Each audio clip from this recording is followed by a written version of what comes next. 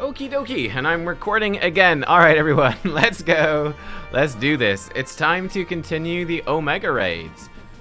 We did start the stream a little bit earlier, and then we actually heard, again just to clarify this at the start, that there had been the Twitch leaks, or hacks, or we don't know, but basically all of the personal info from, I think, pretty much all the info from the entirety of Twitch, as far as I know, has been leaked. Like, everything, so... Again, for anyone that is watching this or watch the VOD or whatever, if you have a Twitch account and you haven't heard about this, you should go on, you should update your passwords and turn on 2FA. If you're a Twitch streamer, you should change your stream keys, all that fun stuff. So yeah, that's what we did. I went and I just changed my stream key.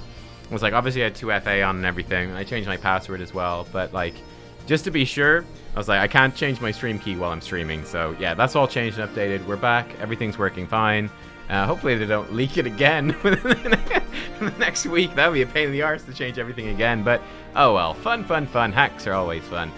Let's go back and let's do some of this. So I don't think I'll even bother putting the stuff up that we did already. I think we'll leave that off of YouTube. But basically we just did some ocean fishing. Which is the best content. But yeah. So we're good. Let's go. Let's continue. Alright. Jesse. Hello. Good timing, Nubkeks. There's been another anomaly detected at the yawn. Assuming previous instances are anything to go by, this energy fluctuation is another of Omega's so-called invitations. If you don't mind waiting a moment or two, we can discuss things with Master Garland. He should be here soon. Let's do it. Let us do it.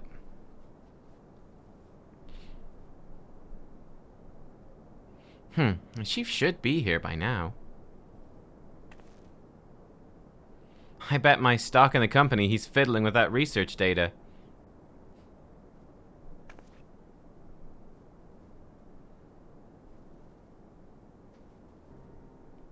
Well, I suppose I should explain, even if the chief might prefer me not to share. After your last run-in with Omega, Master Garland had some research notes smuggled in from the Empire, from Garlemald. Ooh. The notes are part of Midas Nan Garland's legacy, who was, of course, the chief's father and the Empire's preeminent engineer. The incident at Bozja Citadel. Do you know of it? Never heard of it. But I've heard chat mention Bozja a whole lot. It's a zone in Shadowbringers. Pretty sure.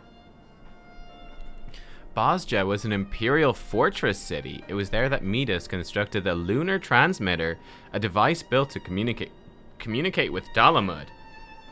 Emperor Solas had ordered Midas to devise a means to destroy primals, and so he sought to harness the power of the Red Moon. The project was a failure. Oh, he succeeded in controlling Dalamud alright, but the immense energies emitted from the satellite vaporized not only the transmitter, but the entire town in which it was built. My. And as you can imagine, the job of sifting through the rubble afterwards was no pleasant task. Master Garland was slated to assume his father's position as head engineer, but this disaster, added to his opposition to the Empire's path of conquest, convinced him to abandon his homeland.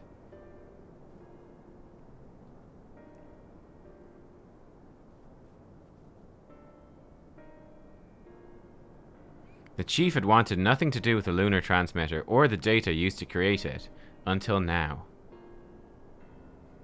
I think he means to put that research to use in your conflict with Omega. In fact, given the time frame, there can be no other explanation. Ooh, wow. This is because of what Nero said to him.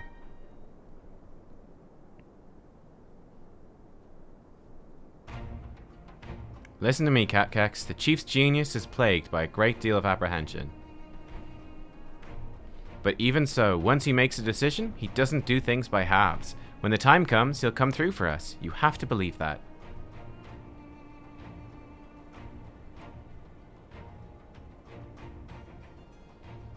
Sorry I'm late. Was a little too focused on my work. Lost all sense of time.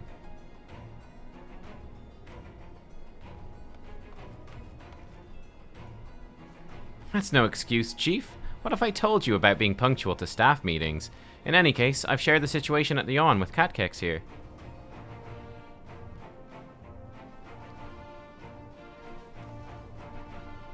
Good. Then you know that Omega is likely ready to continue with its tests. Shall we go and knock on the door? But Chief, Biggs and Wedge aren't fit for fieldwork yet, and the Kyurchin's given Nero strict orders to stay abed.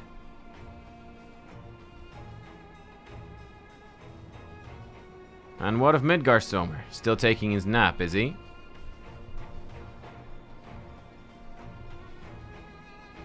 That leaves only you, Nubkeks and Alpha. Maybe it's time I join the expedition.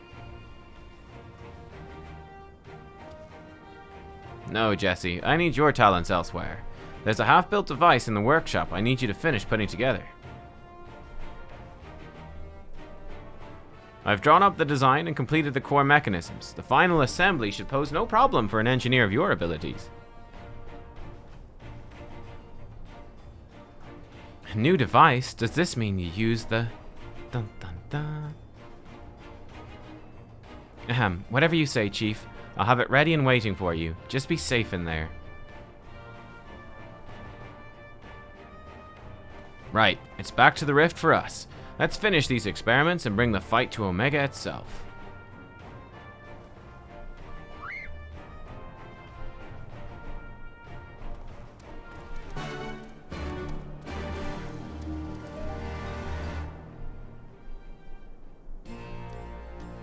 Alright, to the yawn. Let's do it. Let's do it. Okay. Again, if anyone wants to join, you're welcome. You're welcome to join. This should be Alphascape, right? I think it's called Alphascape.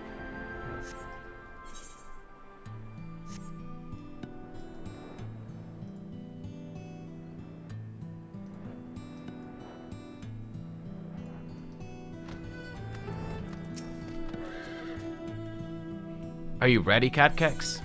Ready to put an end to this. Let's do it. Aye, there's no room for hesitation. We press on, come what may. What about you, Alpha? All set to go? Quack, quack, quack. That's the spirit. Let's dive right in, shall we? Let's do it.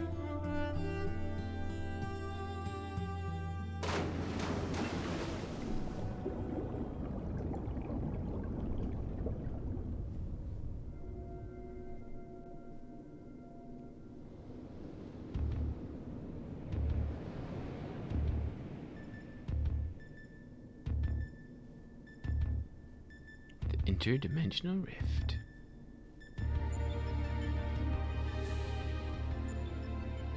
We're missing some test worlds. Omega's experiments must be nearing an end. Hey, Sanya.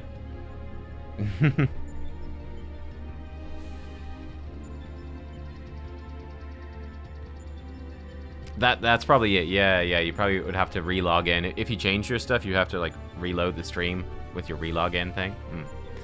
Welcome, welcome. Your arrival has been highly anticipated. And I will confirm your earlier supposition. My experiments have indeed reached the final stage. Of the 89 test subjects I trialed, 4 side group combatants emerged victorious. Of those 4, further conflict determined the strongest among them. This surviving specimen shall be your opponent.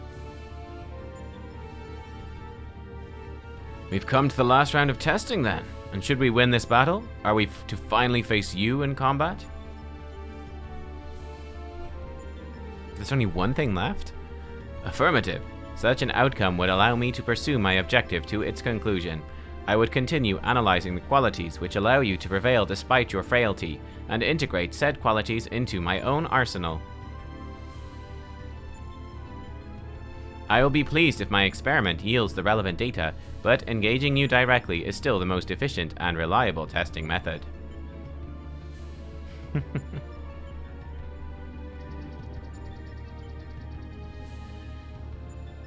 Bleep. Omitting intermediary steps. Evaluation of combat potential deemed superfluous. Proceeding immediately with final experiment. Does this mean no job quest to start, or not job quest, no quest to start us off? No duty quest? Might be straight into the combat. Stop. Alpha, your task is complete. Your presence among these test subjects is no longer required. But what's his task? What do you mean by that? I will guide your progress personally from this point onwards. Alpha's role in transferring authority is now obsolete.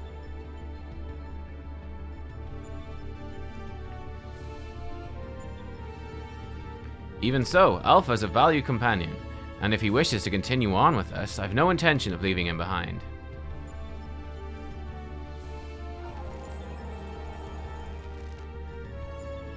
Companion. Companions are those who provide mutual benefit. The instant Alpha's authority became redundant, he lost his sole qualification to be regarded as such. Bleep. Furthermore, the primary function of Alpha's existence was to lure you into my domain. He would be more accurately described as bait. So Alpha was supposed to be bait. Wow. Oh, poor Alpha. Test subject Alpha can neither confirm nor deny my statement. He possesses no memories prior to his encounter with you. He was the first entity I created here in this realm, my first and only attempt to create a being who shared your mundane parameters. I based his incarnation upon a most ordinary life form, one which had somehow bested an enemy whose strength rivaled my own. By observing the feeble creature in the heat of battle, I sought to understand the source of this contradiction. I guess that's referencing a previous Final Fantasy game? Maybe? Like 5 or something? Was there a Chocobo in 5 that beat an Omega weapon or something? Was he in a party? Was he in the main party in 5 or 6? Oh, that's a lot of feathers. And hey, Quiet Kitsune. I repeated the experiment once, twice, 1,000 times, yet the results never deviated from estimated projections. The test was an abject failure, and thus I resolved to adapt my methodology. I would focus instead upon simulating powerful opponents and summon mortals of natural origin here to combat them. For Alpha, I devised a new purpose. I erased his memory, implanted a compulsion to return to me, then ejected him into your world. Weak beings exhibit a tendency to form groups. I surmised that this instinctual behavior would aid Alpha in bringing me the test subjects I required, a function he has performed with adequate competence.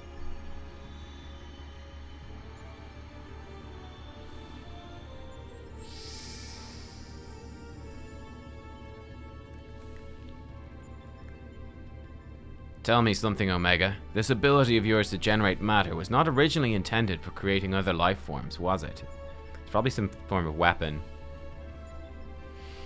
Bleep. Your query bears little relevance to the topic at hand.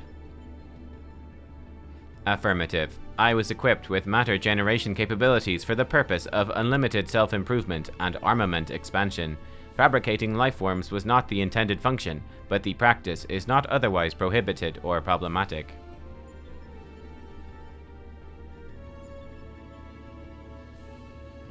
I disagree with you there. As an engineer, I would advise against using such technology for the purposes outside its design. From the very start, you've been making the same mistake. Even the powerful subjects of your test worlds were crippled and incomplete.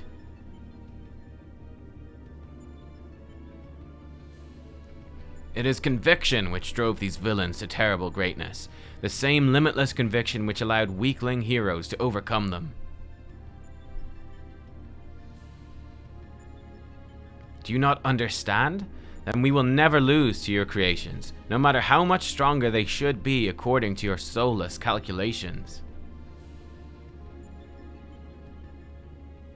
Come, Nubkeks, let's be on our way. You too, Alpha.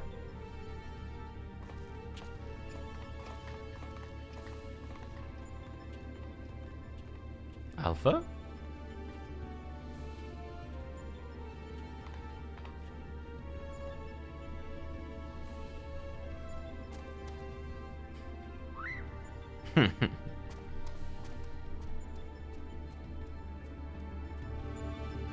Omega's what? Yeah, Omega is crazy.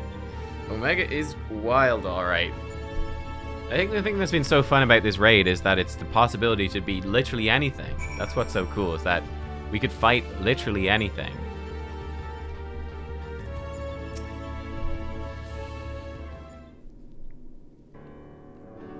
Ooh, look at this. Okay, okay. I have our base camp up and running. You can dive into the final test world whenever you wish. So I'm like...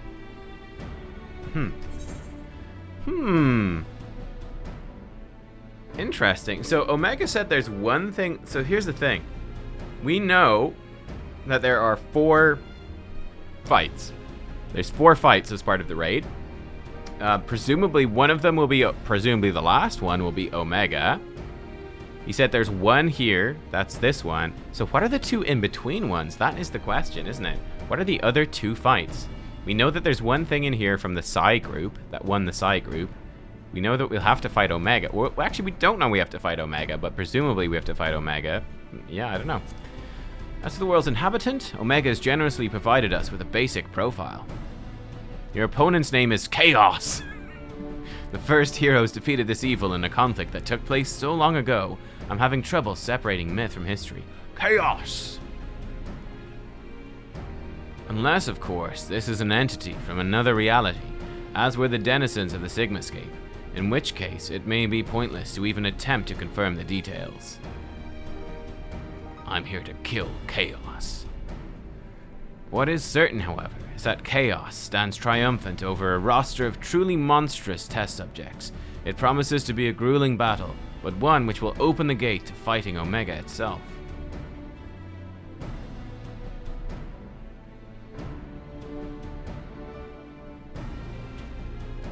Alpha, you and I will need to provide support for Nubkeks. Will you be my assistant? Aww. Oh, poor little guy. You're bothered by what Omega said earlier. You think you're responsible for dragging us into this mess? No. Trust me when I say it's not your fault. We were the ones who awakened Omega. We're the ones who need to deal with the consequences. That's true. We did turn this thing on. Quah.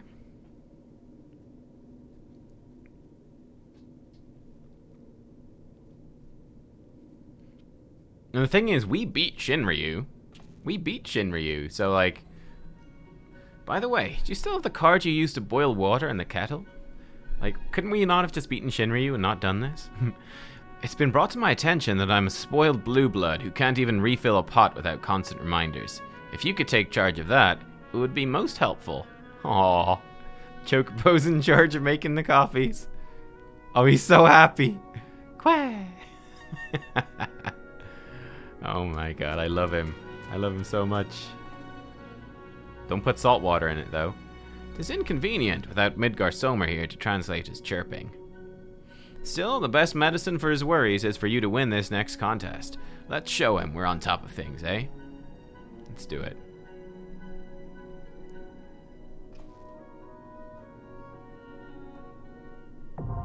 Alphascape, now accessible. Alright, let's do it. Let's do it. Which I actually, you know what? I had not realized as well. Speaking of Chaos, I had actually thought when I saw the initial trailer, because I wasn't paying too much attention, I thought that was actually the Strangers of Paradise thing was Final Fantasy 15, but 16, but it's not. Final Fantasy 16 is actually completely different. And I don't know if we actually know much about it. But Strangers of Paradise is actually made by Team Ninja. It is a Final Fantasy game, but it's like a Team Ninja take on like Final Fantasy. It's like their sort of little side project stuff. So yeah, it's gonna be interesting. It could be quite different. Yeah, but that kind of, I was like, oh, that makes sense when I heard that. I don't know why I thought it was Final Fantasy 16, but I'm just dumb, I guess. Okay, let's do this thing. Again, anyone wants to join, you are welcome to join Alphascape V1. While you recuperated from the latest round of testing, Omega's trials proceeded apace. Of the 89 combatants in Psi Group, 4 emerged victorious. Of those 4, one proved itself the mightiest entity of the last remaining test world, a champion designated as Psi 4. This immensely powerful being will be your opponent as you strive to complete the final... Wait, is it not Chaos? Sanya is coming? Strangers of Paradise, Final Fantasy Origin. Yes, exactly. Chaos! And morning, Core. Good morning, good morning. Let's try to remember the fights. Okay. I'll try to remember the fights, and by try to remember the fights, I mean I don't know anything about the fights, so no worries. I will probably be... You've done them once? Okay, so both of us are basically effectively sprouts for the purposes of this fight, and that's totally okay. That is totally okay. Yeah, lack of cross data center stuff. I know, it's a bummer. It's a real bummer. Like, I told you guys before, but one of my friends that I used to be in the WoW raid team. We used to play WoW together. But he and his friends, I think they might be his real life friends, maybe? Moved over to Final Fantasy XIV. So they quit WoW, and they're basically just playing 14. But they were setting up raid teams. I think they have 3 raiding teams, 3 statics for Endwalker. But they still had a couple of spots, so I was talking to them about maybe joining, and they would have had a spot for me, but the issue is that they're on a different data center. So I had to say no because of that. Because they delayed the cross data center stuff, it would mean that if I moved over to their data center to raid with them, which would have been really fun, it would have meant that everyone that we've been playing with so far wouldn't be able to join. So I wouldn't be able to play with anyone that I have been playing with anymore, which sucks. So I said that's not good enough. But like maybe when they do open up the cross data center stuff, I could go over. But yeah, for now, no. But yeah. Oh, Ether is the raiding data center? Oh, really? But yeah, like once cross data center stuff opens up more, then I'll be free to travel. But for now, I want to stay in our data center. Most likely. Most likely. But we shall see.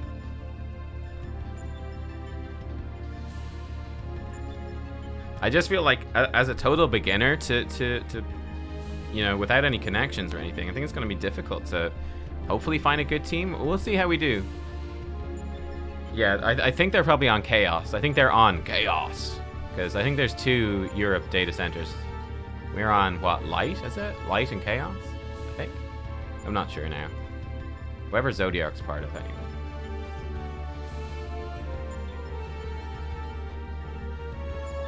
Yeah, we're on Light. Okay, yeah.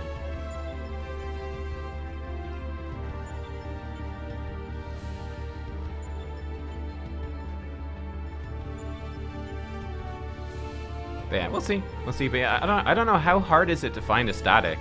Like, bearing in mind, like, obviously I've got tons of WoW experience, but I've got literally no Savage experience or extreme experience really in Final Fantasy. Shouldn't be too hard. Okay. So that could work. Yeah, we'll see though.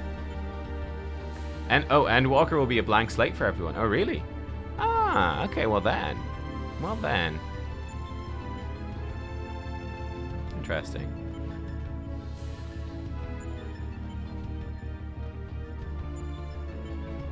Oh, the extreme modes. Extreme modes will be out first. Ah, cool.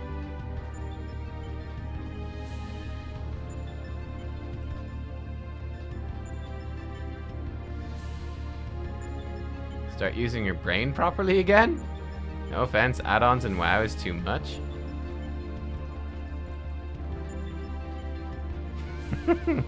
What you saying, girl? 95% what you need to know in Savage Fights is taught by the MSQ in this content. Okay. Yeah, so Extreme Trials are out before the Savage content is out, is it? I remember you guys saying that like the raids and stuff won't even be open at the start anyway.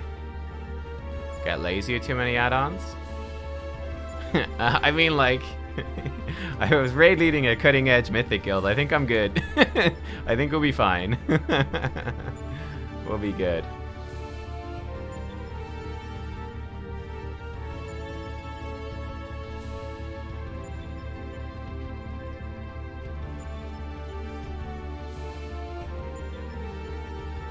Yeah. So that's the thing, is that the free companies are social, right? And then you'll get a static team, which is separate from free companies. But yeah. Loads of people too addicted to add-ons in WoW. I mean, that's one thing I miss, actually. I miss the add-ons. One of the big differences, Final Fantasy definitely has there's a ton more customizability in the UI by baseline. Like Final Fantasy's baseline UI is significantly better than WoW's baseline UI, like significantly better. But then what you can do with your UI in WoW with add-ons is, again, significantly better than what you can do in 14 here. So, yeah. It's just missing that level of customizability you can get in terms of arranging your UI and the info you want to see in the perfect way. Yeah, Core, I agree. I think that they just stopped working on WoW's UI pretty much. They left it pretty basic. And they said, you know what, everyone's using add-ons anyway, and they obviously like their add-on community. So they said, you know what, fuck it, we won't really bother investing much time into making our UI better baseline. Like, we'll do some minor quality of life improvements, but nothing too major, unfortunately.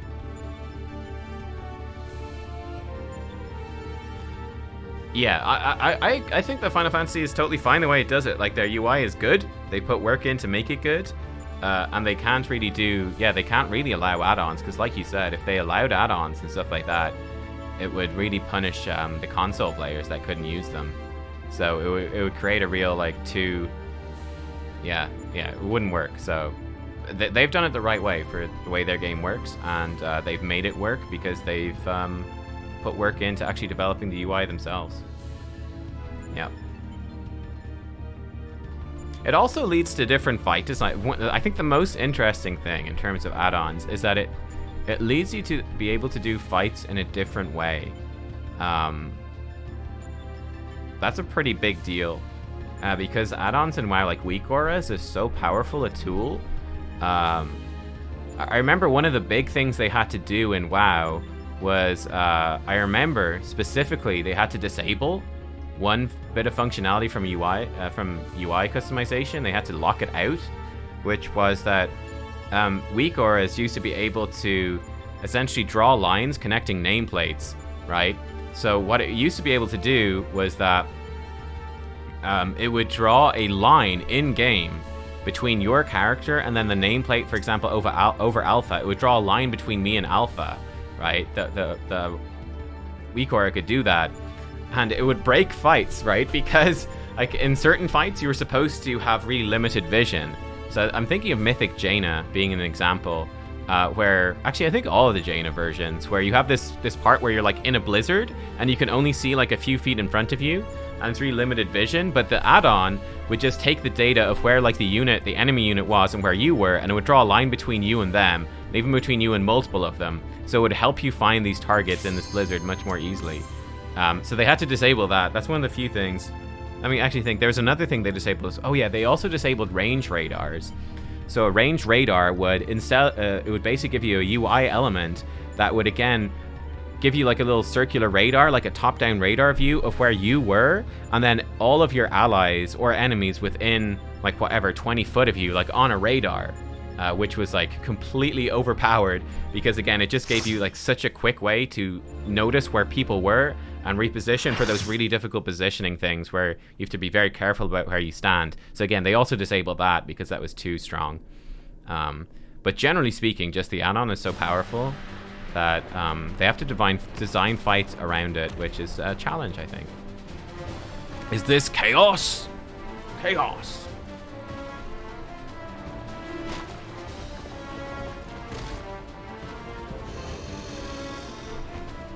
Oh, Limit and Echo streamers are using add-ons to give them an... Oh, really?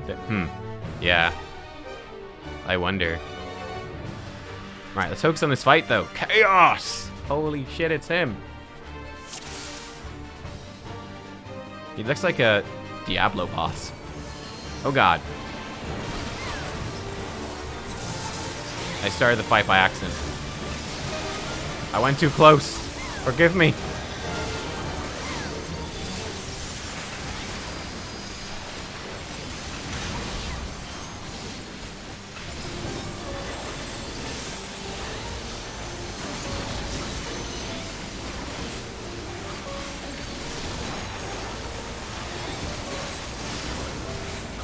Sidestep those.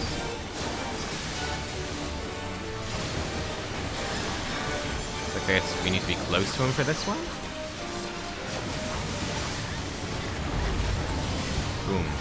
Ooh, there's fire all over the ground. Okay.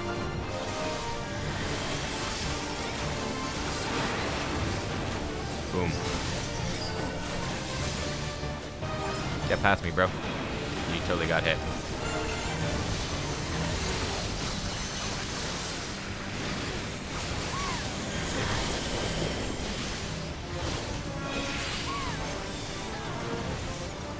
Did I do that right? I don't know if I did that right. Did I kill people? Maybe. My bad if so. I think I did. Mistakes were made. Okay, now we've got orbs. They're doing out lines. Okay.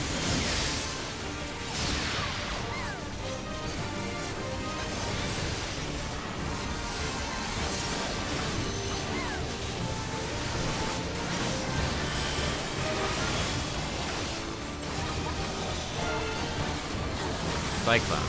Looks like something to not stand in. Wait. Oh, I see. Oh my, look at this. Okay. This looks like a don't go near it sort of thing. Oh god, he's covering that whole side of the platform. So if this does knockbacks, the Cyclone does knockbacks. Okay, that's spooky. Very spooky. Chaotic Dispersion.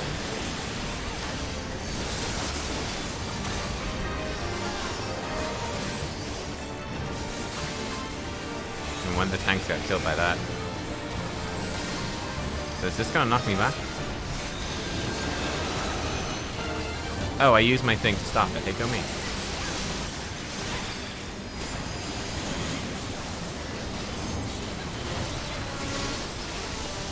It's gonna smash maybe a corner of the platform.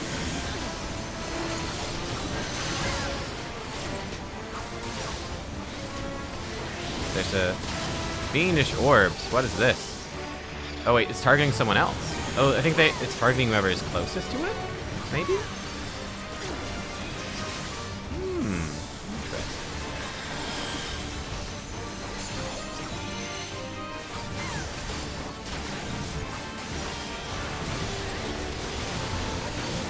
And he's off. Oh, and he's back.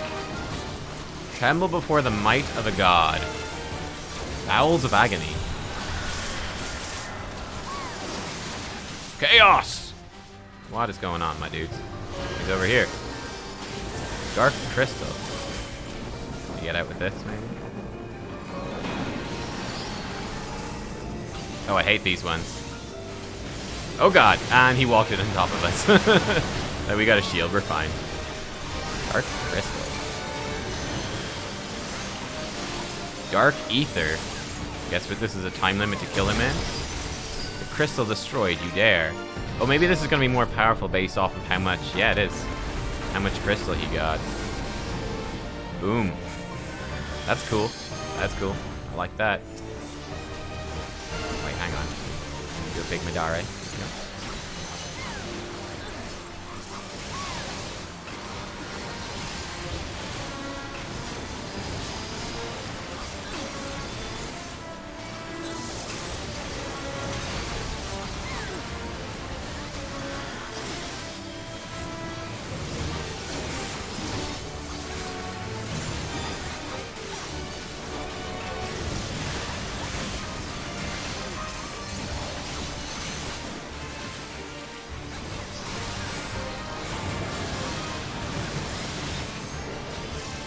Tsunami.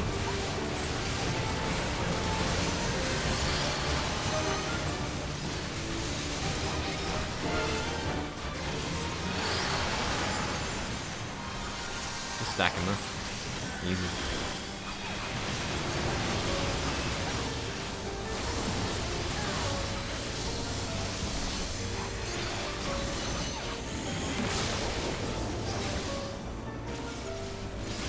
One of the healers is dead. That's not good.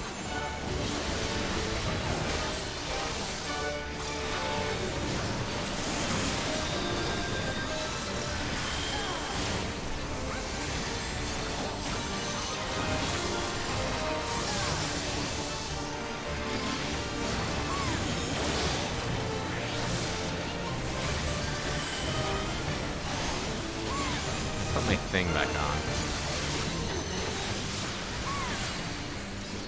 Do it in a sec. Probably should have done it there. You know what? I think he might die. I think we don't need to put our dot on. I think he's gonna die. Earthquake. Boom. What is this? Does it mean be as far away? Oh no, it means be this side. Oh god! It means be that side. I see. I wasn't sure what that meant.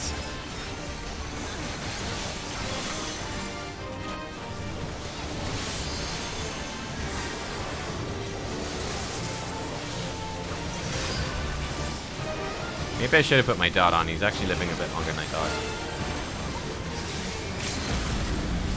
Oh, okay, here comes the Dragoon with his big hit. We're good. Yeah, he's dead. Cool!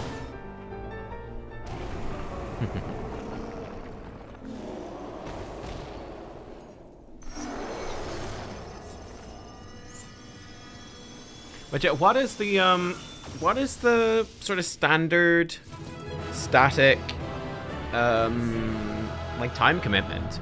So for example, in WoW, I'd say the average mythic raid guild, the most traditional way of doing it would be 3 nights a week of 3 hours per night. Our guild does 2 nights a week of 3 hours. Is there like a standard thing here? Shout out to the Astrologian. Oh, I should have probably voted for the Dragoon. He's giving me that buff, which is nice of him. Gonna try getting an FC group going eventually. Yeah, that might be cool. That could be fun. So I might do some of that. But yeah, I don't know. I kind of like, I might want to go more like hardcore. I don't know. We'll see. So, I'm not sure yet. The battle is concluded. Alpha Group is victorious. This also signals the completion of my experiments and the incontestable fact of your supremacy. And yet, the process by which you consistently exceed your projected potential continues to confound my understanding. You do 2 days a week for 2.5 hours? Yeah, that's pretty similar to my WoW team. Is it possible that test subject Sid's suppositions are correct, that my calculations and simulations are fundamentally flawed? Do mortals truly boast some indefinable quality that I do not possess and cannot measure?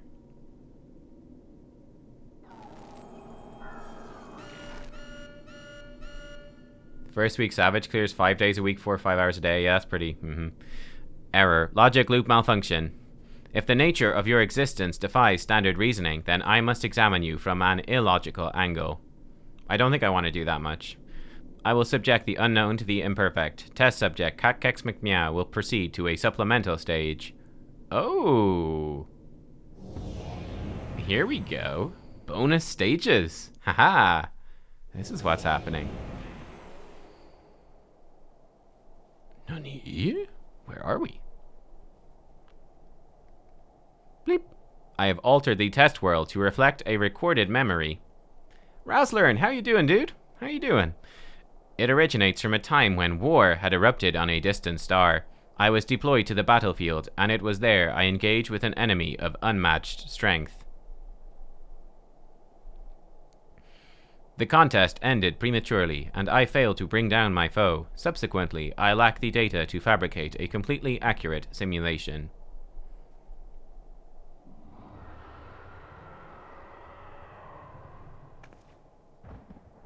Results stemming from such a subject are unreliable.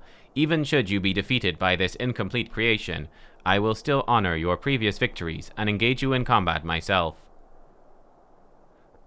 Well, even if we lose, he'll fight us? What are we gonna fight? That is, of course, assuming you survive. According to my past observations, this opponent will only accept death as a condition of defeat. Okay. Wow. Some sort of dragon. Yo, it's a pretty dragon.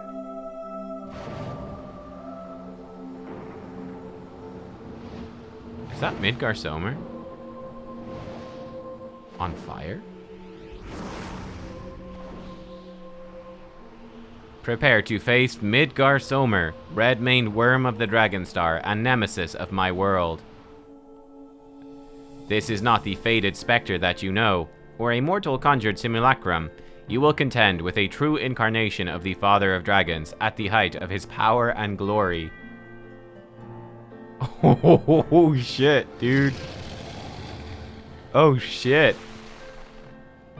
Omega, wait. You can't force Nubkeks to fight 2 battles back to back. She needs time to regain her strength. She must be allowed to recuperate, or the data for your testing will be skewed.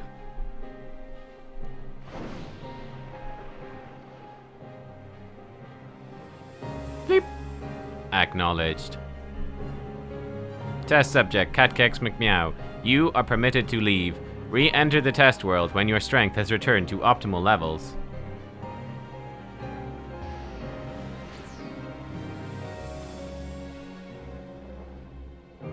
Razzler and sick, but good. Good, I'm glad. He came to this planet with 7... Yeah, so Midgar Sommer is an alien dragon. He's a freaking alien! And he came to this world with 7 eggs, which, like, basically is where the dragons came from. Yeah, pretty nuts. Pretty nuts. Alpha, how you doing, man? Quack, quack, quack, quack. Alpha seems distressed and Sid's nowhere in sight. Nubkeks, I'm right here. I don't think you can see me, but I'm standing next to Alpha? What?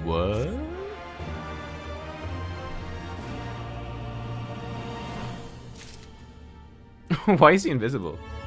Yeah, so the 7 eggs were Bahamut, Tiamat, Hraesvelgr, Nidhogg, Ratatoskr, and 2 others that you can't remember the names of. Yeah, so I think Tiamat is the one, right? Isn't Tiamat the one that's chained up in Azizla? Bahamut, obviously we know Bahamut. We beat Bahamut and stopped him. Hraesvelgr and Nidhogg, of course, from Heavensward, and Ratatoskr was their sister who was murdered in back in the history of Heavensward, and that's why they were at war. Yeah, that's pretty crazy. So they're pretty if we consider then that they were his children and that Midgar Sommer should be more powerful than them, Midgar Sommer should be more powerful than Nidhogg and Bahamut. He should be stronger. So it's pretty crazy. Hi, Invisible Sid. How are you doing?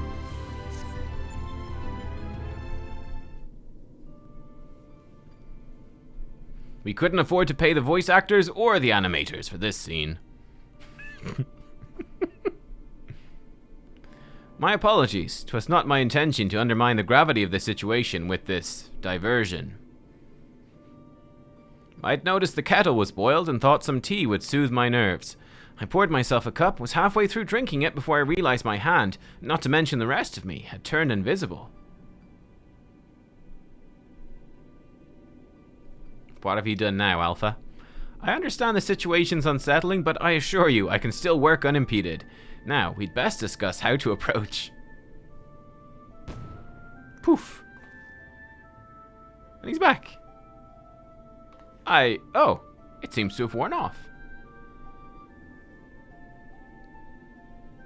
Quack, quack, quack. Now, you're not to blame. I did ask you to fill the kettle, after all. I've forgotten what Nero had said about your card producing water with, unexpected properties, although it seems the effects were rather different this time.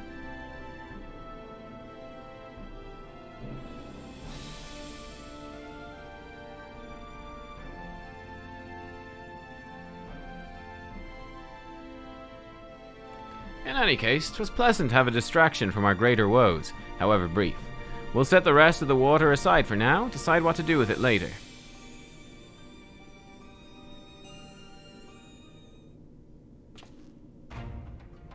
Right, Nubkeks, we need to talk about your forthcoming contest at Midgar Sommer.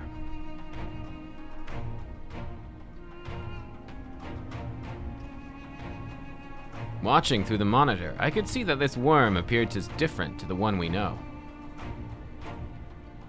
From everything we've heard thus far, it seems that Omega and Midgar Sommer both hail from different stars, 2 distant worlds at war with one another. Star Wars, you might say. As a result of that conflict, the worm was forced to gather his offspring and leave his home behind, and after evading Omega's pursuit over the course of an unimaginable journey, the Father of Dragons arrived here on our world.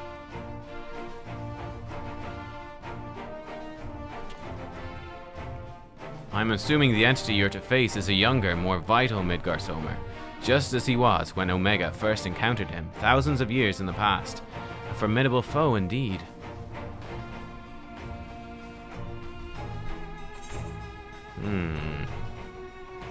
Even so, I must find a way to defeat him.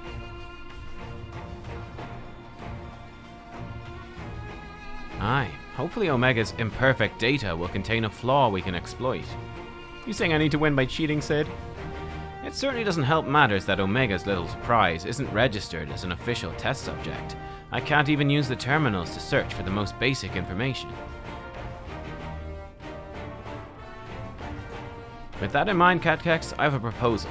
I wish to leave the completion of this supplemental stage entirely in your heroic hands.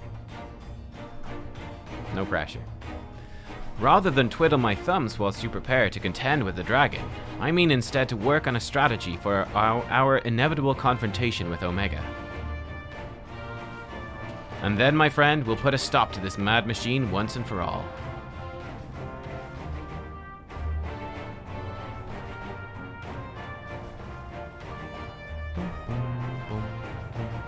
I'm glad we're in agreement. I'll ready my tools, you ready yours. You've a worm to slay.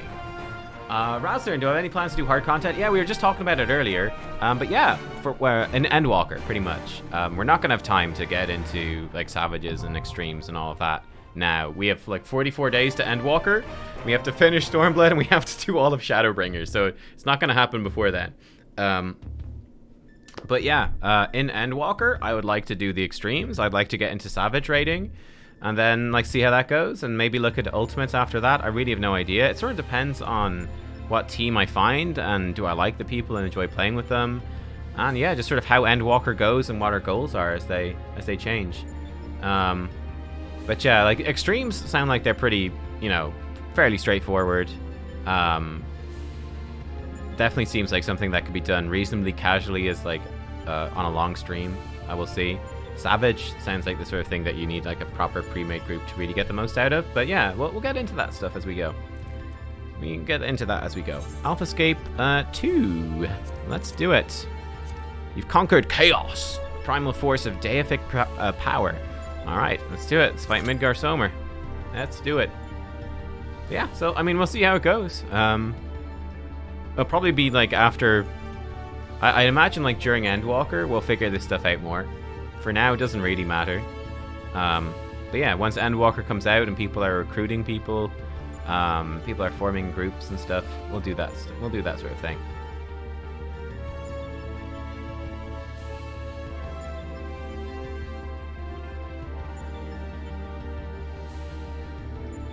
Breach is doing extremes from Realm Reborn. Yeah, I mean, yeah. And that's the thing. For me, I more prefer just playing through the story at the moment, and then I prefer getting into the raiding afterwards. But yeah, that's cool. I hope he's having a good time. Like Preach is a content creator. He like never really had very much interest in story at all. He was always about like he likes raiding, and that's pretty much it.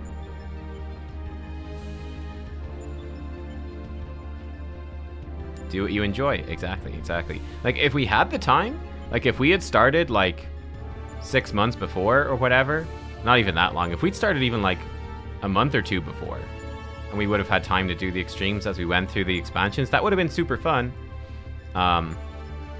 Also, he has the advantage as one of the big things that's very different as well, between, like, me and Preach, or me and Asmongold, is they are substantially larger streamers, so they have like they can like at the drop of a hat have an entire raid team good to go, like no problem.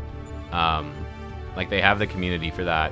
Our community is not big enough to, you know, whenever I feel like it, just whip out like 8 people to do a trial. So, you know, that's a really big difference too. Preach is enjoying the story. Good. That's good.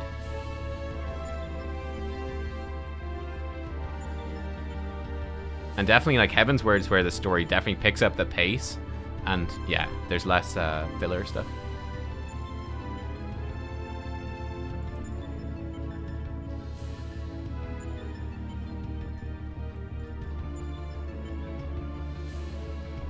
Both he and Asman have really enjoyed the story. Good. Yeah, nice. Asmon is definitely more into that sort of stuff, I think. But that's cool. I'm glad that Preach is enjoying it. That's actually a little bit of a surprise to me. I didn't think that he'd be all that interested. That's cool. That's great.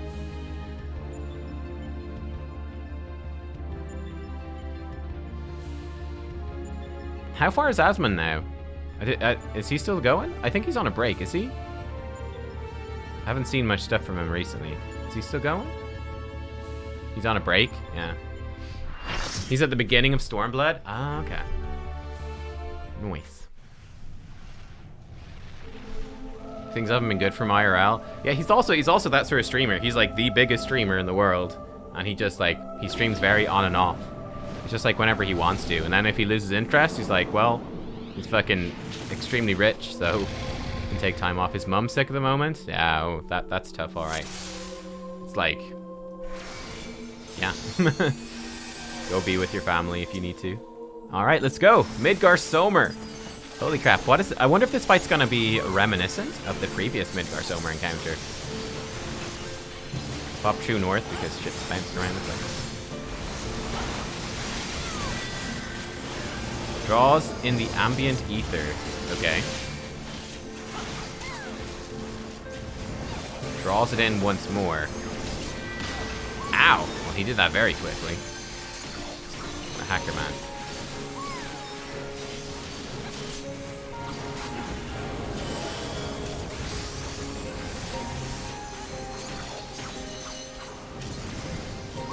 Okay, so he's gonna do his attack now. Yeah, boom, there we go. What's this on my head? Ouch.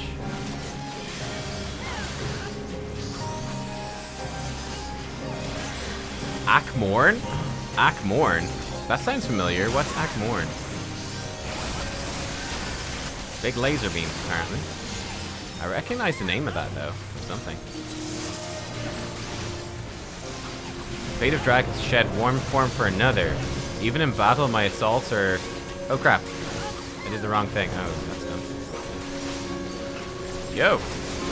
Now he's got new attacks.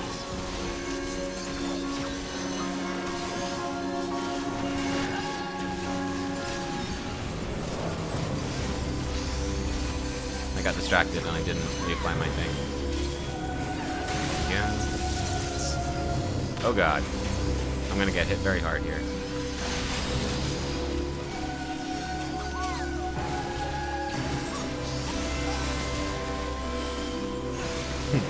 Typical DPS. Getting hit by every mechanic for the sake of minor damage. That's the way to do it, boys. That's the way to do it. Strong in the ether. Okay. He's gonna do... Oh, that's new. He does cross attacks now. Okay. Music's going ham. I love it. Okay, there's people with like those things. Ah, get away. Ice patch on the ground. Wonder if this will do anything in particular. Ether once more. Okay, he's gonna do that. Where's he going? Are these getting bigger? I think the ice patches are growing. Now there's fireballs. Okay. Oh, hello. Boom. Boom. Now there's a sword. Apparently. Immortal key. An immortal key.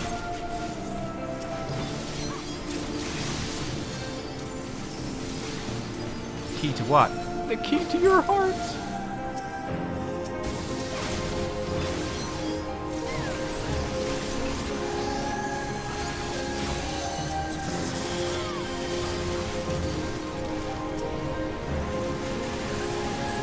Oh, he's immune while the key's still on. Okay.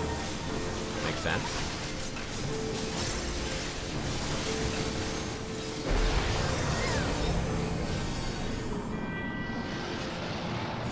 Oh, that's a big dragon head.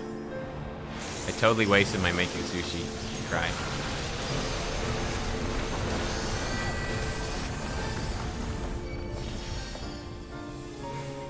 His ether's at 48. We need to figure out how to move this, too. And he's back, I think. Yeah, he's back.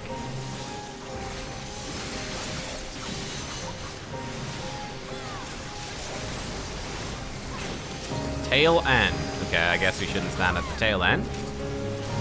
Oh, never mind. No, he smacked his tail towards the front. Okay. It's called a bamboozle. Exaflare. Okay, there's these things are gonna roll across the ground. That's cool. Okay.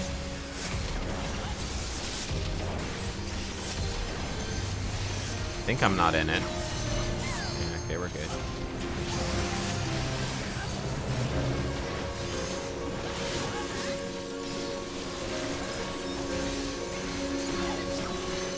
Northern Cross. What does that mean?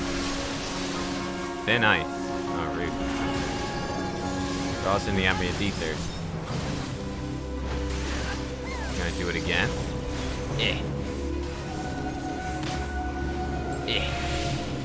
Flawless. I'm so nimble.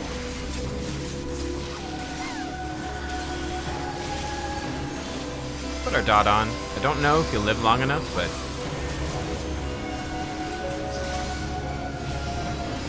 explosions on the ground. That really should have killed me, I think. Oh, sorry, friends. I want to hit you.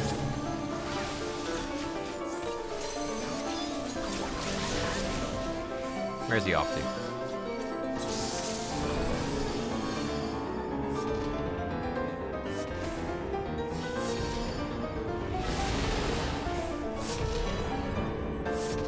My.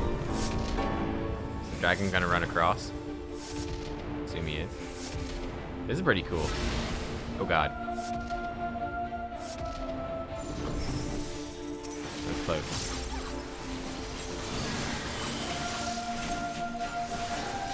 Good thing I put that dot on him. It like ticked down almost fully. What do you know? And he's down. Cool. HUD layout duty actions. Okay, let me try that.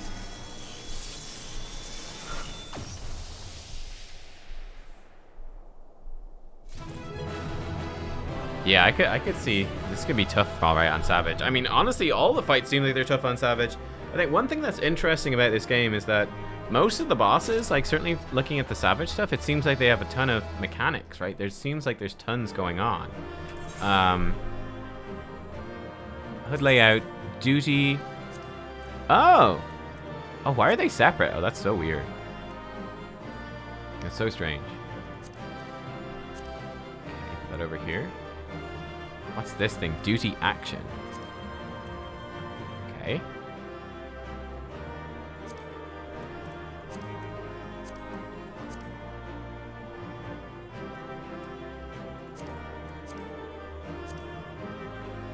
Put it right there. Put this up here. Oh, no, I see. There's system. Oh, I can move the system stuff. I didn't know this. I'd never looked at this before. I'm so stupid. I just been looking at hotbars. Oh, so we can move all of our hotbars like this. This adds in the system stuff too. Oh, so we can see it separately. System, duty, hotbars. I don't know why basic contains all of them except for duty. That's kind of odd. I think that looks good though. It's basically above our enemy list and below the focus target bar. Seems okay. Should I move the duty list up below the minimap? Does that make sense?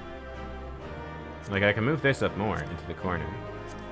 The minimap up more. And we could have our duty list up here. Right? A bit more condensed. It looks wrong. I'm so used to the old version. It's funny. It actually looks wrong.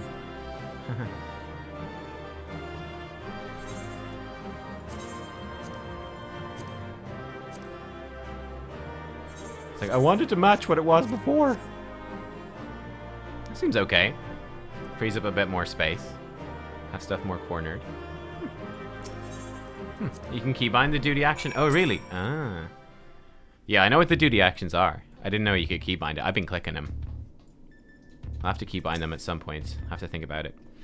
Another stunning victory, Nubkeks. I felt the breath catch in my throat on more than one occasion. Yet, even as I watched the battle rage, I was struck by an idle thought. Did you notice the resemblance between Midgar Sommer and Shinryu? I did. Unlike most primals, Shinryu's form has no basis in any system of belief. I've heard the theory that the summoner was simply influenced by the majesty and power of the elder primal Bahamut. But now, I'm beginning to think there might be another explanation, that the primal took its shape from the ancestor of all dragons on Hydaelyn. The widely held concept of how a dragon appears has, for centuries upon centuries, been rooted in depictions of Midgar Sommer. The summoner may not have even sought to imitate him specifically. Subconscious thoughts and memories alone could have guided the similarity. Not that I had any way of confirming this theory, of course. Nevertheless, 'tis interesting that Shinryu's summoning should lead us to awakening Omega, a strange twist of fate when you consider the machine's connection to Midgar Sommer. Well, whatever else destiny has in store, you've already bested the opponent that Omega itself failed to overcome. A feat worthy of celebration, I'd say. Definitely. I wonder what Omega thinks of that.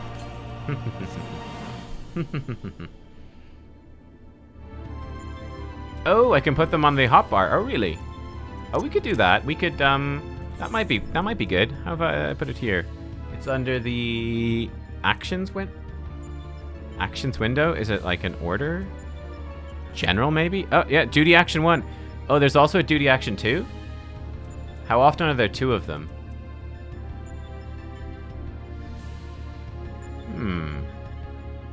Let's just leave it as it is for now. But we could, for example, put duty action there on like 6. How often are there 2 that show up? Not often. Never in raids or trials, but you get 2 duty actions in Eureka and Bosja. Okay, so it does actually show up semi-frequently then.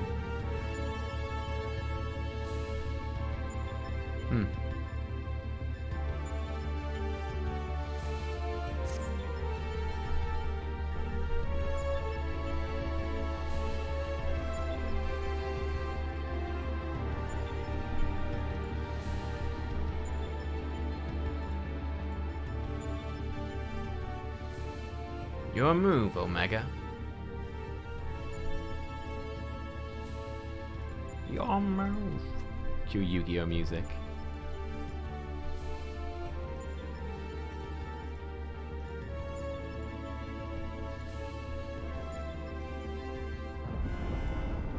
I wonder what's gonna happen here. Oh, hello. Sound the alarm. Bleep. Shutdown initiated. All core experiments and supplemental testing concluded. Discarding test worlds. System resources rerouting to primary operations. Uh-oh, that sounds ominous. Primary operations? The eye is opening. Oh, it's fully open. Uh-oh.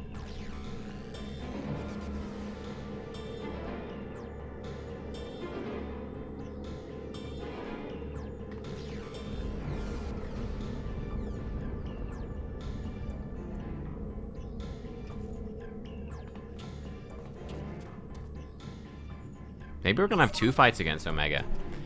Congratulations, Alpha Group. As the last surviving test subjects, you have removed every challenger on your path to reach me.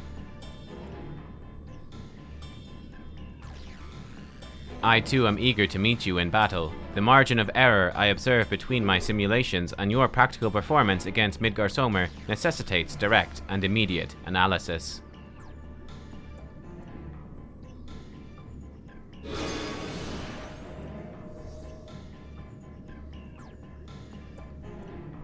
Bleep. Confrontation imminent. Prepare for unmitigated hostilities. Then activate the relocation device to enter the arena.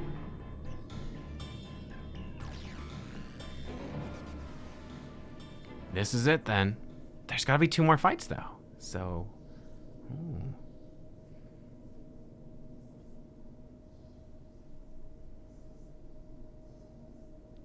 Omega's power might seem overwhelming, but trust in old Sid. I have a fair idea of where its weakness lies. I've been working on something to exploit that vulnerability. I just need a little more time to prepare.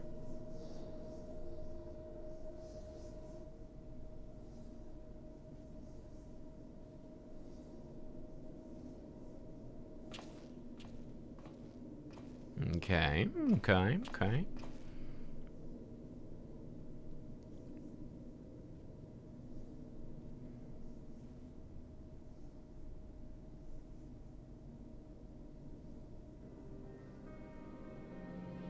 Oh, he's nervous about this. His hand is shaking.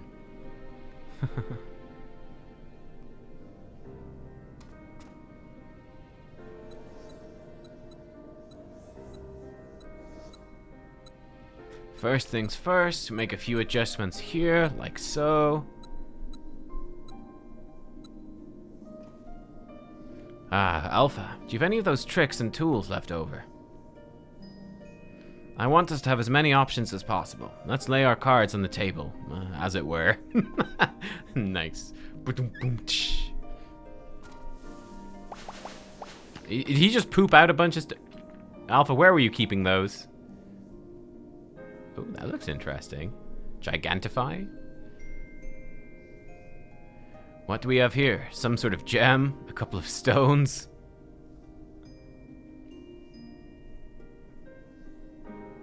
And one single card. This makes things bigger, does it? Or is it smaller? Oh yeah, it could be either. It looks like it starts small and grows bigger, but maybe that's the end result is smaller? Right, it's foolish of me to even ask. Best leave you in charge of when and how to use your special tools.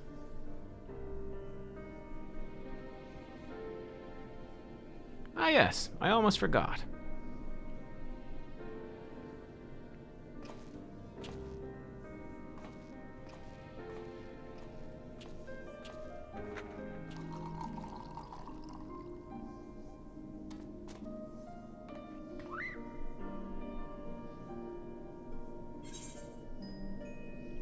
Don't worry, we'll win this. I promise.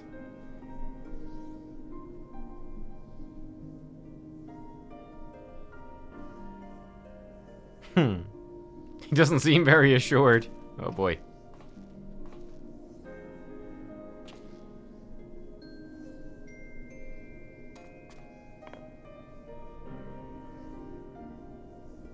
Here, you should carry this as well. I filled an empty bottle with the invisibility water from the kettle. Might just prove useful in the right situation.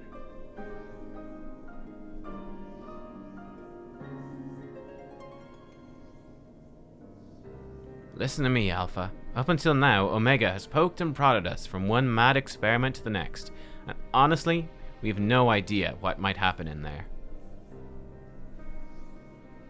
Between us, I believe we have the knowledge and the skills to prevail. If you see a chance to make a difference, I want you to take it. All you need is faith in yourself, and a little courage to see it through. We fought Kefka yesterday. He was the 8th boss. We're on to number 11 next. There we go, now he's cheered up.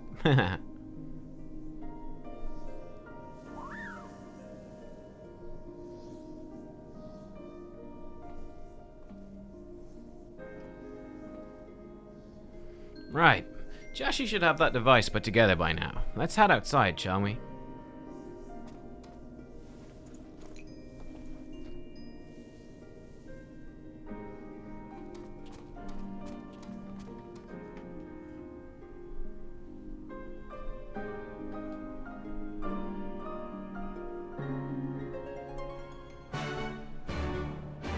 Yeah, we saw the secret phase transitions for the first couple of Omega, whatever, the two big ones from the Omega things. The Kefka and whatever the other one was. Yeah, we saw those. I'll head straight back to Ralger's Reach and collect my new toy. I do still need to run through a final inspection, so feel free to rest in town in the meantime. We'll discuss strategy the moment I'm finished. Quack, quack, quack. Alpha seemed concerns for Sid. I have a feeling he wants you to follow him. Okay. For Sid and Ralger's Reach. Okay. Okay.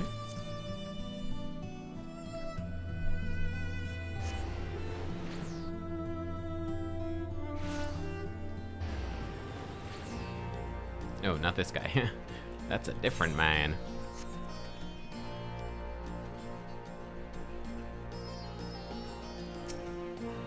Destination.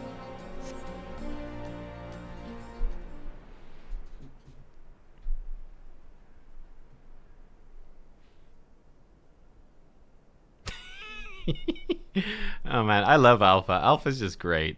He's so much fun.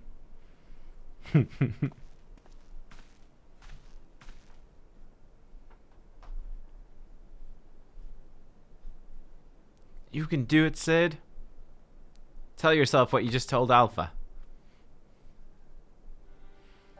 Looking a bit shaky there, old friend.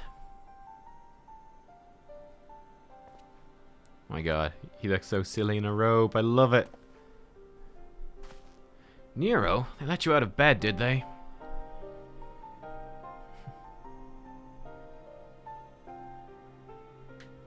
After studying the data collected from the battles between Omega and Shinryu, one is led to a certain conclusion. Of all the Primal's attacks, Shinryu's burst of lightning was the one thing that pierced the machine's defenses. Omega, it would seem, is vulnerable to electrical energy. Oh, it has a vulnerability. Aye, all of the available evidence supports such a theory. 'Tis likely an intrinsic weakness that even Omega itself cannot fully compensate for. Huh. Yet be that as it may, I imagine it can still shrug off shocks generated by ordinary means. We'll need to hit it with a truly gargantuan blast of energy.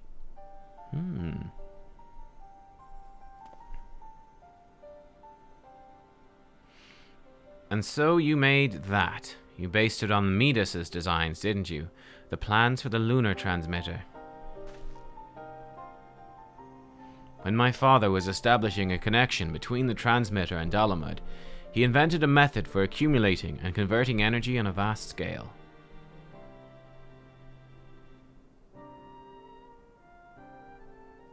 Too vast, as it turned out, but the technology which leveled an entire town may be exactly the tool we need for the task at hand. I've made my own improvements and triple-checked the calculations. On parchment, the idea is sound, and Jesse's done a fine job assembling the parts.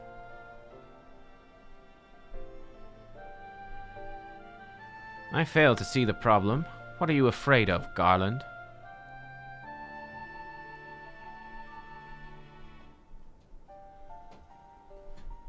I don't know.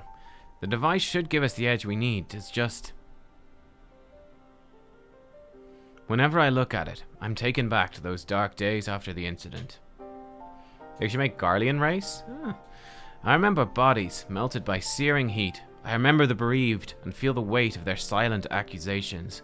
I remember the Empire's remorseless response. I think the issue with having a Garleans be a playable race is that, how does that really work in the story? You know?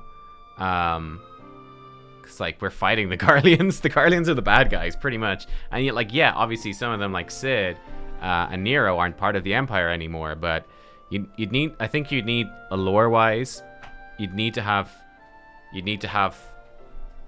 some way to have lots of them. Like, you'd need an entire, I don't know, like an entire part of the Garleans to break free. And that's true as well. Garleans literally cannot use magic. Yeah, they literally cannot use magic. They can't use ether. Just be crafters. Crafter only race. And that's true, actually. Yeah, I mean, how would you even put that in, like, into the story? Imagine playing through this story as a Garlean and nobody reacts to the fact that you're a Garlean. Like, yeah, I just don't think it's possible. I don't think it's possible. There's way too many barriers there. Do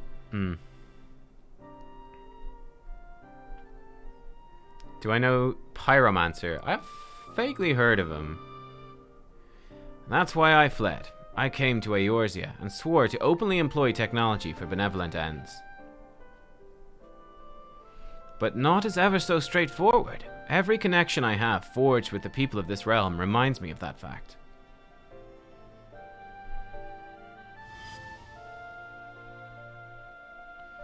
Often the act of living itself is a never-ending struggle against a world determined to oppose you. Oh, look at this. You can have the best of intentions and still cause hurt to yourself or others. 'Tis in confronting these wounds that we learn the better path, how to grasp those moments of true contentment. Well, flashbacks to the 2 previous raids. Well, Crystal Tower and to Alexander. What drivel. You never used to bother with all this tedious introspection. Feeling our mortality, are we? Mayhap I am. I had no such hesitation when I was a student. It was all bright and shiny innovation on the double, and later consequences be damned.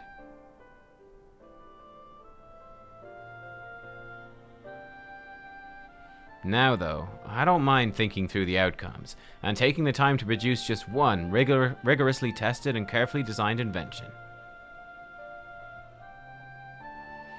'Tis a reflection, I think, of just how much there is in this world I care about now, aside from myself.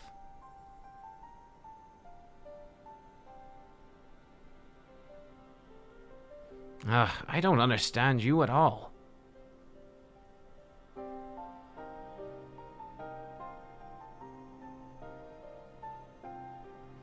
I suppose, if anything, Omega and its unfettered testing methods represent the student you once were. How long is the video, Wrestler? How long is it? If you insist that your present self is the better one, you'd best prove it with that device of yours.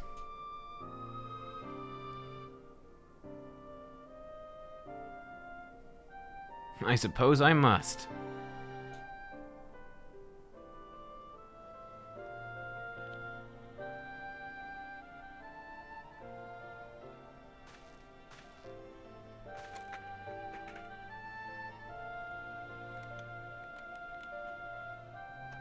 Although it is hardly fair to compare my youth to Omega's solitary existence. I always had the second best student in class pushing me to excel. I seem to recall a twinge of irritation any time he would outscore me on an exam.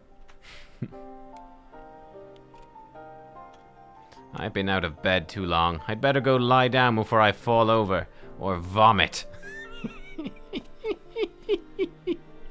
Oh, they're so good together.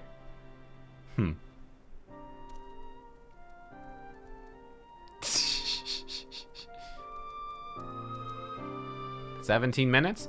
Okay, yeah, we could maybe check it out at some point. We can maybe check it out. We can maybe. Probably not today. That could be cool. So it wouldn't have any spoilers because he's not that far. He's in Heavensward, you say. So it's just stuff for A Realm Reborn in Heavensward? I'm not usually really into lore videos, but I'd definitely give it a shot. I'd give it a shot if it's good. I could give it a watch and see. I know those type of things tend to be super popular. Let's see. Here's the link. The story in this game is nuts, and I'm still in the trial. Wow, like 80k views. Yeah, holy shit.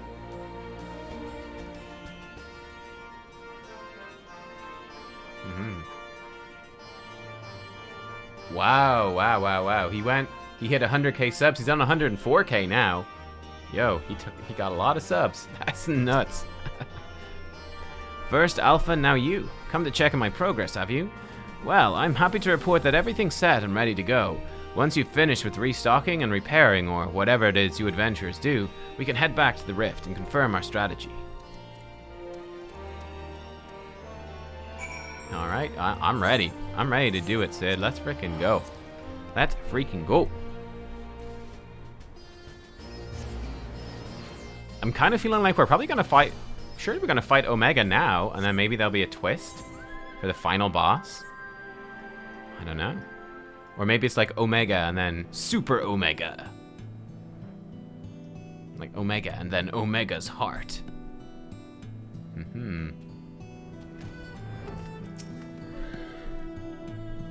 Good days to you, madam. Will you be sending to you? Yes. In we go.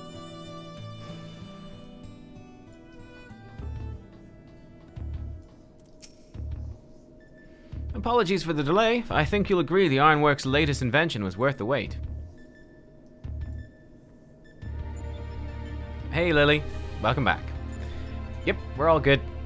Stream key changed, all that changed. We're all good. Again, for anyone who hasn't heard yet, anyone who didn't hear, there was like a big leak or hack or something over Twitch that leaked like apparently all of the data on the entire website, including, I think, everyone's passwords and all of that stuff. So, yeah, make sure to change your password.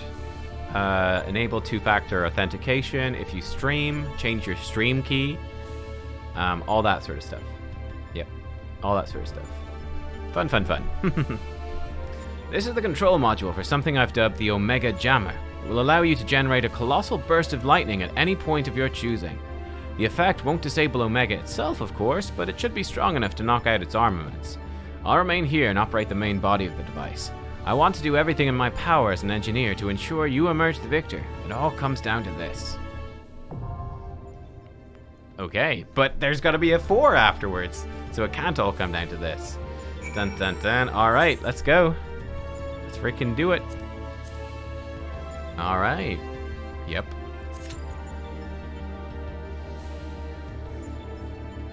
You gotta go to the doctor? Yeah, I hope it goes well, Lily. We got a banger incoming. Nice, nice, nice, nice.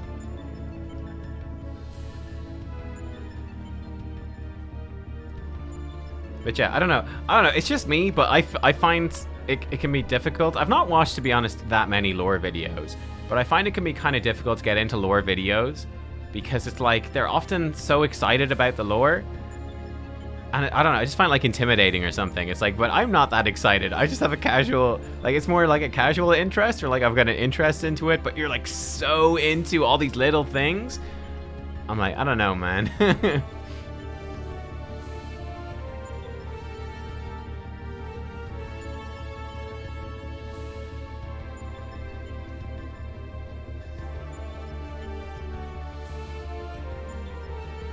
Oh, this upcoming song is one of the best songs? Really? Oh, okay. Okay. But I don't think I actually have ever watched a Pyromancer video, so we'll give him a go. We will give him a go.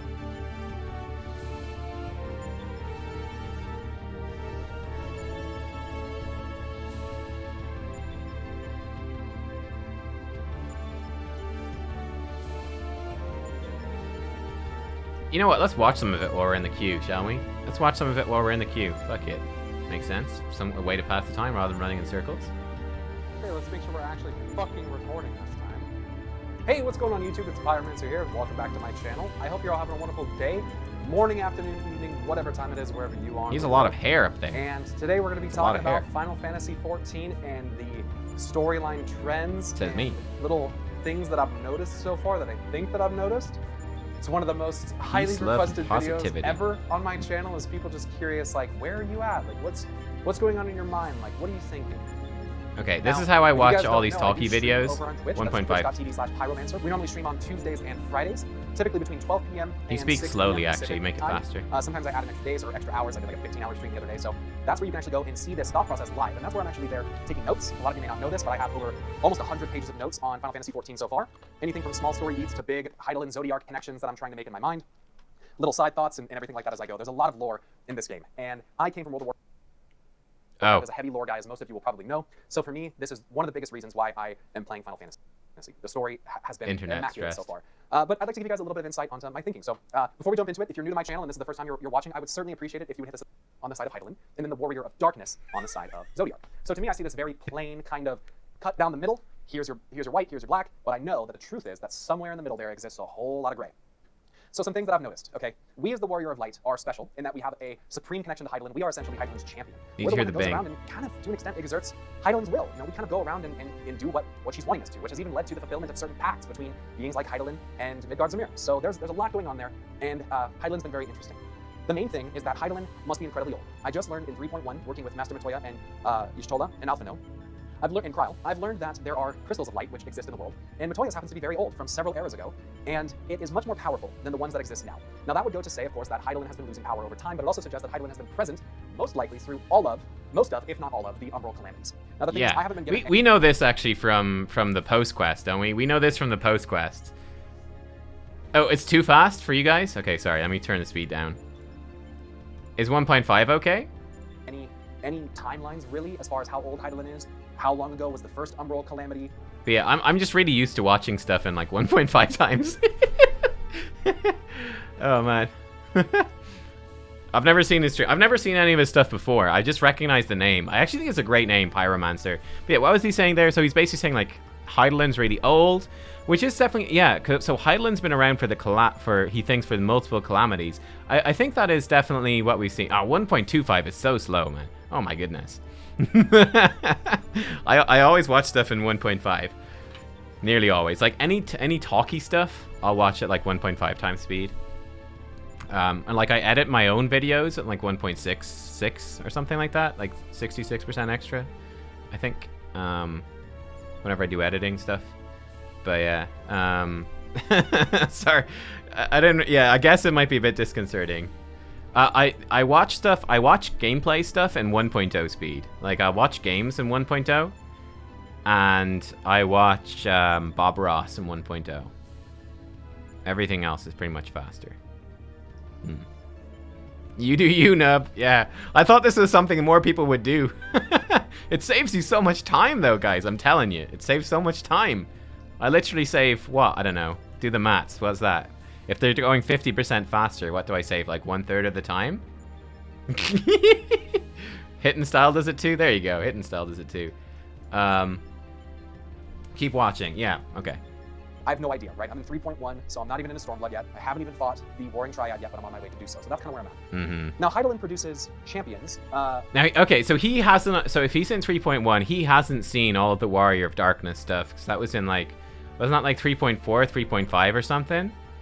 I think 3.4, 3.5. So he hasn't seen that stuff, and he probably has he seen the stuff with. I think he has seen the stuff with Minfilia. I think that was in the core game. Yeah. Interesting. Very interesting. The Warrior of Light, but then also gifts certain individuals with the Echo. Now, the Echo is different for everybody, as I've just recently learned from Cryle, who can speak to creatures of all manner and size and things of that nature, but she cannot... Oh, Minfilia's 3.2. Ah, so he doesn't know. Okay. But she's not really speaking to them. She's more like hearing the thoughts of their soul, which is fucking sane. By the way, talk about an invasion of privacy. So private that you don't even know that you're thinking and feeling those things. So kind of crazy, right? But then we have Minfilia with Echo. Hearing the thoughts of your soul. There's several examples of that. But it's this special power. I wonder what he'll think. If he thinks that's bad, what's he going to think of Fordola and what's happening with Fordola, where she's like forcibly hearing people's thoughts even though she doesn't want to, and it's like wrecking her life. Or Arenvald, where it can be really upsetting to him as well. Power that seems to be it's kind of wishy-washy in the game so far, but it seems to be separate from the Blessing of Light. The Blessing of Light is something that we gather through getting connections with these pure elemental crystals. That stuff's still not clear to me. Midgar Sommer strips us of that blessing. So he takes this blessing away from us, presumably because us using it is actually weakening Heidelin. I'm assuming, I mean, that's what Midgar Sommer kind of alluded to, is that the longer that we hold this connection, that we do this, the more it actually is draining Heidelin, and the worse it's going to be. However... I hadn't really picked that up, so he thinks that Midgar Sommer removed the Is that why? Is that actually why? Did Midgar Sommer remove the Blessing of Light? Because we now know that Midgar Sommer is basically working for Heidelin. That's what we've pretty much picked up from this the Omega stuff, is that yeah, but basically Midgar Sommer arrived at this world. He arrived at this world, and basically in order for this world to be a sanctuary for his dragons, so for the 7 dragon eggs that we were talking about earlier, like Bahamut and Nidhogg and all of that, he basically he joined up with Heidelin. So he's like working with Heidelin. It's more about us being tested. Okay, he did it to test us. Okay, so he removed the Blessing of Light so that we would be tested and prove ourselves. Okay. Yeah, interesting. He has a point. Yeah, the Blessing of Light could be weakening Heidelin. That's true. Now, our understanding as well is that Heidelin is weakening and that she's getting weaker, I'm pretty sure. That's my understanding at this point of the story. This is definitely getting into stuff that you guys know more about, so this could be very easy to run into spoilers with you telling me stuff by accident. But as far as I know, that she was getting weaker. Now, interestingly, I believe that Minfilia basically traveled off to the Warriors of Darkness world, the world that was consumed by light, and that she's basically there to, like, suck up all the light and repower Heidelin that way, which is kind of interesting. So that might power Heidelin back up. I mean, for me, in my perspective, I'm not sure that Heidelin is a good guy at all. I'm not sure about that at all. Again, my overarching theory in terms of like the cosmology of the world is that light and darkness are probably supposed to exist in a balance, because again, we've heard about that there are these multiple worlds, and that if there's too much darkness, it turns into the void and it's really bad. But if there's too much light, it also destroys the world and wipes out life. So if light wins or if darkness wins, it's bad. It's not good. And it has to be a balance. So that seems like what it's sort of building up to for me. So, yeah, I don't know. We will see. We will see. But that's obviously my overarching theory from what we've seen so far. I don't know. Anyway, let's go back to his video. It also sounded as though Midgar Sommer wasn't exactly sure if he thought that we were worthy of Heidelberg's gift, which he later kind of comes to the acceptance that we are. He doesn't think that we were worthy? We have this echo, and then we have the crystals of light, this power, that are bound via the elements. I hadn't super picked up on that. The thing is that I learned when I was doing Az's Law, just before fighting Thornton, which was fucking incredible. Thornton, yeah. One of the coolest fights I've ever done in any game. I learned that the Ascians have the echo too. La Brea and Igiorm, you fight them. Yeah, this is what's really interesting. And now this is something, and again, I am curious about this. So the echo is separate, yeah? The echo. This is what's interesting. And I remember saying this before and you guys were like, what the fuck? No. But I still think something about this. So like considering, so the echo is a separate power, but it is related, right? It is related. But the echo obviously lets you see these echoes of people's souls, like see their past, see what's happening. It gives us protection against the primals and all of that sort of stuff. But what's interesting about it is I strongly suspect, again, this is my theory overall, I strongly suspect that the echo is technological in terms of its basis. And I think you guys were sort of saying no before, but I'm not sure. But I strongly suspect it's technological, mostly coming from whenever we have an echo flashback, the screen is all like fuzzy and flickery, kind of like an old, I don't know, VHS recording or something. I wonder, and again, considering how much, like, look where the frick we are, look how much tech is in this world. Considering, like, how much, like, tech plays into this and, like, the lost Allagan Empire, or then, again, in this stuff, they've been alluding to the fact that perhaps Omega even predates the Allagans, perhaps. And Omega is, like, an even older technology. I would not be shocked if it turns out that the Echo maybe is somehow technological, and it's perhaps like some ancient empire made this technology that's maybe transmitted like genetically, like, you know, on some sort of weird cellular level between people to try to, I don't know, like supersede the gods or whatever, like supersede Hydaelyn, whatever the dark god is. Maybe, I don't know, but like it's still very mysterious. But then again, like, did we get the Echo from Hydaelyn or not? Like, I don't know, like, do you get the Echo or do you just have it? But it just seems weird. Like, it's definitely not tied into just Hydaelyn, because again, we had that Sahagan priest that summoned Leviathan. He had the Echo. The Ascians have the Echo. The Echoes gets around, you know what I mean? It gets around. So what's it about? Not sure. But I'm kind of curious. I'm kind of wondering if it might turn out to be some sort of technological thing. And something to do with that. Who knows? And before they merge and become the Ascian Prime. Turns out I really do like lore videos. Who knew? They actually become their true form, it seems like. La Brea makes a comment about how they're gonna show the mortals the true power of the Echo, the power to break down the barriers of reality. So he's suggesting that the Ascians have the Echo. True power of the Echo. Could be why they're immortal, if not. And again, we also know from the end of Stormblood that we can use the Echo to actually take over primals. That's what Xenos did. It's captured within White Auracite, or if not captured within an etheric blade of some manner, as Thornton did with La Brea. So it's fucking crazy. It sounds like both Hydaelyn, some of Hydaelyn's kind of minions have the Echo, and it sounds like some of the Ascians, if not all the Ascians, also have the Echo. Now, the Echo is an interesting ability in that, for us, it actually allows us to see the... Everyone has the Echo. Alpha has the Echo, probably. This box, this one has the Echo. This fucking box. The shit this box has seen, you wouldn't believe. I tell you. Of somebody else. We can kind of look back in time to an echo of something that happened. But why is it actually named the Echo? I would assume because maybe we have echoes of former Warrior of Light's power. Maybe it's an echo that's passed on through the calamities. I did learn that the Warriors of Light, come to serve and come to fruition on the cusp of an umbral calamity. Hydaelyn calls them forth and basically works miracles in order to stop the calamity. Now, the calamities are... Maybe. I'm kind of interested. Yeah, why is it called the Echo? Seems very guesswork so far. Echoing former heroes' power. I don't know about that. It could be just it's the Echo because you hear echoes of people's souls. I don't know. Who knows? The Echo, a lot is revealed in 5.1, you said? 5.1 to 5.3 reveals a lot? Oh, okay. Okay. Yeah, I think it's just more simple that they call it the echo because you hear echoes of the soul. That would seem a more straightforward thing. But yeah, don't know. It's referred to as something else by the Ascians. Sponsored by American Eagle.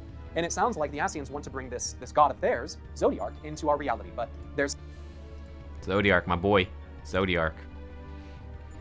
And I remember one interesting thing. Was it? Can you guys remember who said this? Was it Elidibus, or was it Lahabrea? But I remember they called Hydaelyn, I think, a parasite, which like would suck the life out of the world. And I think we actually know that this is probably true. It was Lahabrea in the Praetorian. Oh, okay, that makes it less likely to be true because I don't really trust Lahabrea. I think Elidibus is more interesting. Like I am very curious. I'm super curious what was going to happen with Elidibus. Because again, it seems like he might not fully be on the side of the Ascians. That maybe he's doing his own thing a little bit, but then he also is an Ascian, so it's quite weird. But it also seems like they're not entirely wrong. They're not entirely wrong because we know from the Warriors of Darkness that, again, in their world, they were the Warriors of Light in their world. They won, they beat everything, and their world got, like, all life got destroyed by light, by Hydaelyn, basically, I assume.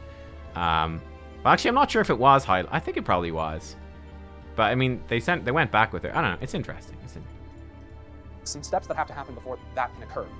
Now, Zodiark, I've seen the big dark purple crystal, and it seems almost like an antithesis to what Hydaelyn is, right? Big dark there's purple kind of two crystal. sides of the same coin, so to Yeah, speak. we've barely seen that come up at all in ages. Like, we got a bunch of Zodiark and Ascian stuff in, like, Realm Reborn, right? I think we got almost none in Heavensward. And none so far in Stormblood, really. Manifestations, more humanoid, I would assume, when they manifest in reality. Like, I don't expect Hydaelyn to come in as a big crystal. That could happen, but I'm assuming that they have avatars of some sort that they can use to manifest themselves. Oh, they have avatars of some sort? Oh my, wait till you meet Memphilia, my friend. In reality, in some manner, I would think. Now, as far as where they are, I don't know. I'm assuming Zodiark is in the world of darkness, or like in the... Oh wait, and didn't Elidibus reveal his face to the Emperor? Wasn't that the end of Stormblood? And the Emperor was like, oh my god, what the fuck, bruh? So, Elidibus is clearly someone. I'm not really sure how... I wonder if Elidibus could be... I don't know if Elidibus might be the avatar of Zodiark, but maybe. Maybe he's like the equivalent of Memphilia. I don't know who else would be the... If there would be an avatar of... Oh, you heard it. I didn't hear it. Good call. Good call, chat. And where's my volume mixer? Crank this butt boy up. Let's go. Lolarito is the avatar. Oh my god. You're so right.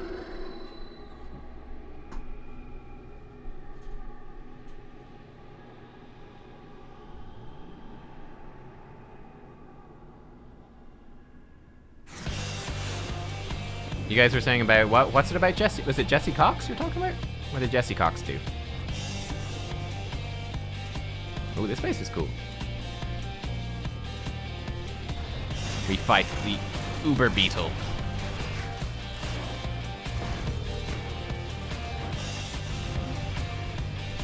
Jesse Cox did a lore video. Ah, okay.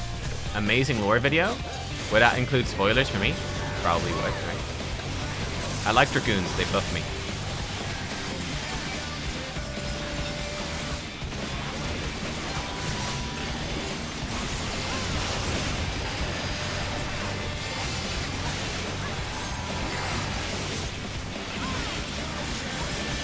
Mustard bomb. Delicious.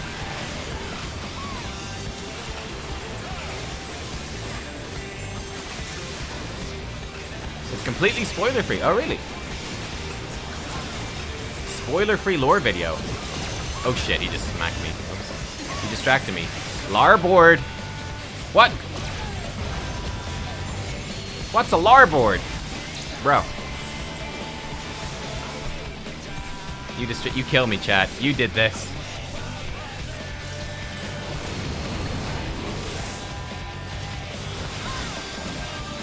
I'm back, boys. Larboard, starboard. What is larboard? Never heard of larboard before. Is it a mistranslation or is that actually a thing? Peripheral synthesis. There's fists. Rocket punch. Okay, that looks amazing. It's port. He means left. Oh. Could have just said port.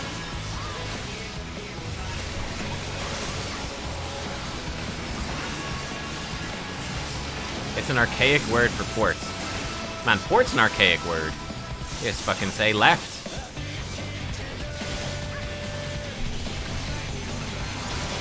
This is my larboard hand. This is my port hand.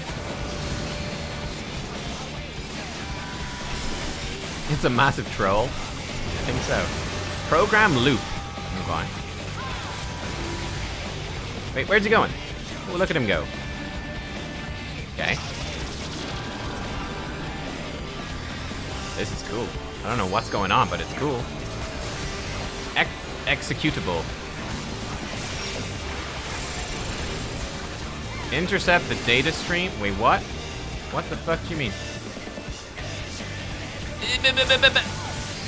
I tried. Sorry, chat. I tried. It was so far away. Someone ran past me and took my spot. The jerk. Where am I going? What's that? Where am I going? Memory loss? Oh no. This one's mine.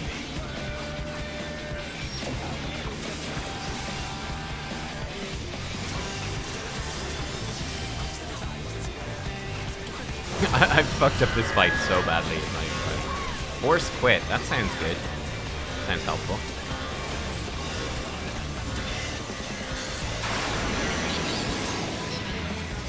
I probably shouldn't have put make you a sushi, huh? Engaging Delta attack protocol.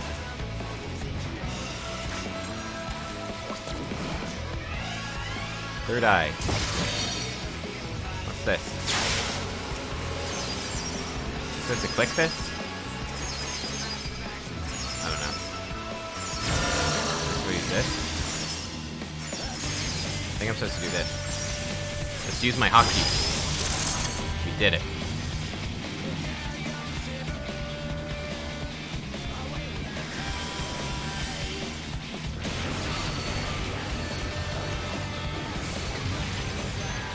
We've got a full limit break. I'll let someone else take it. I don't feel like I deserve the limit break this run. Let the Dragoon have it. He's a good lad.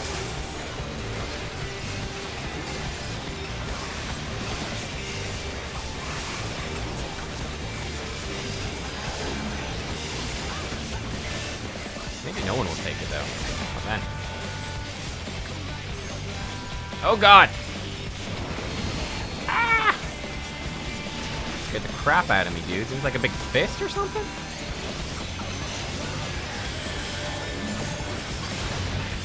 Yeah, there's another big fist. Oh my. I'm going this way.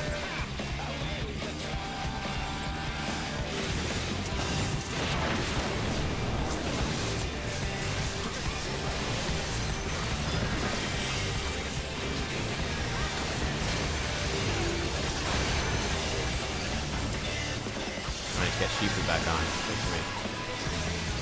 No one's using limit break. Maybe I should do it. No one else seems to mind.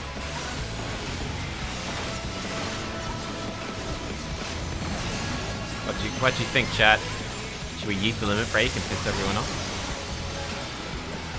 Starboard wave cannon. Which side is that? Ah, oh, fucking dicks, it's that side. Son of a bitch. He spun around. Absolute hacker, man. He spun. I saw him. He turned around, the jerk. What a griefer. Wait until the end. Okay. Okay, you know what. You're right, though. I just put my dots back on as well. I completely forgot. Very bad of me.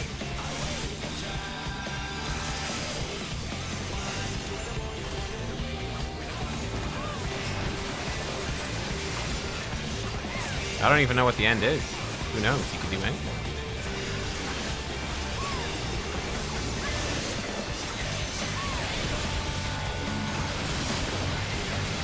fist. You want to go into this corner?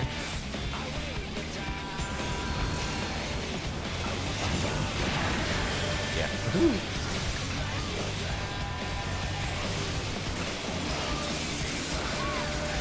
He's almost dead. I'm doing it, boys. This is the end. Fine. Close enough. Samurai! Attack!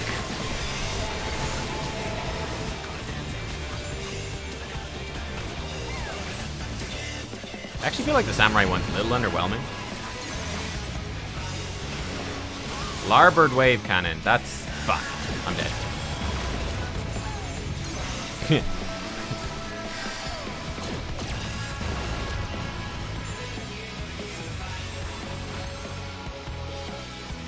The samurai one looks cooler in the front if you're facing it. Oh, really? You have to spin around next time. Yeah, it looks pretty bad from behind.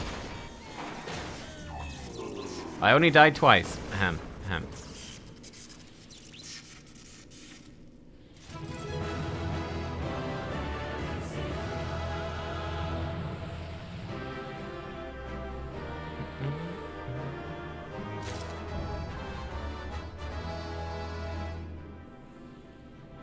They weren't using the word larboard anymore by the time the Titanic was built.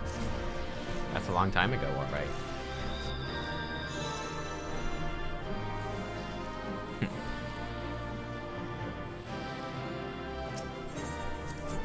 I got 2 commendations. Aw, thanks. Oh no, the pity commendations. Good job, Sprout. Good job. Good job. Oh look, he died twice. Good Sprout. Good Sprout.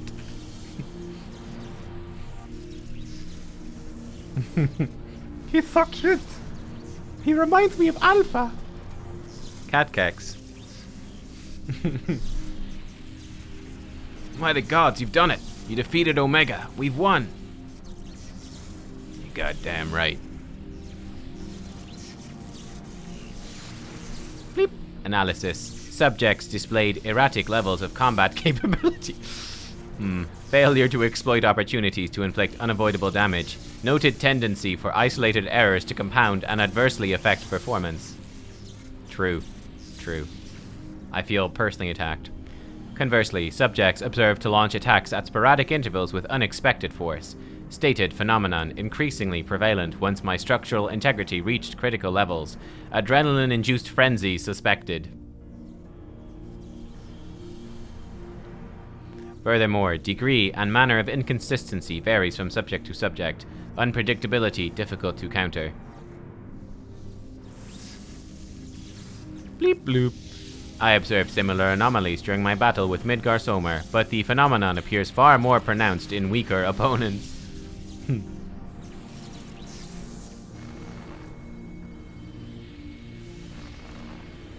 I do not understand.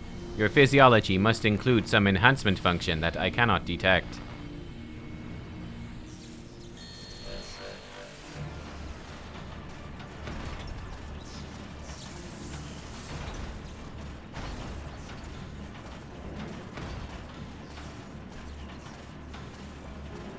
My programming demands I assimilate this capability. Bleep. Insufficient data. I must reassess my methods and devise a more exhaustive testing and combat protocol.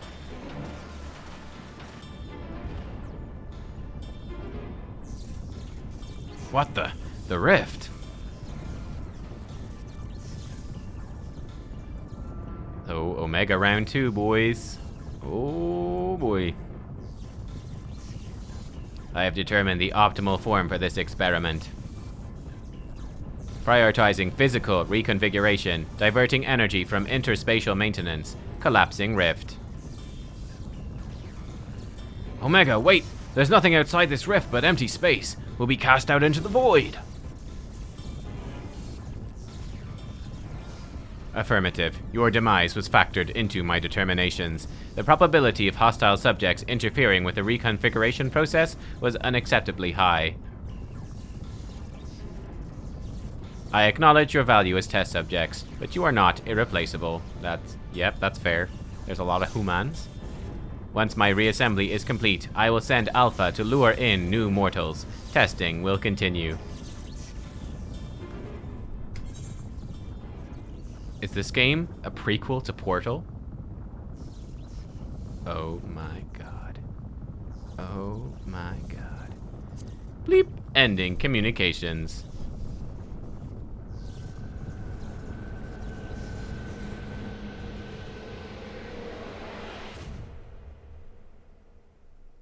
The cake was a lie? We're just in like big black space.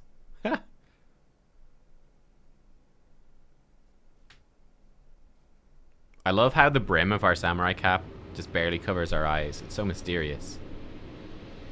Alpha! We're being drawn away.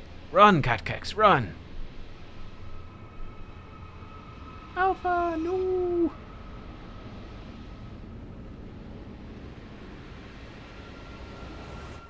The train.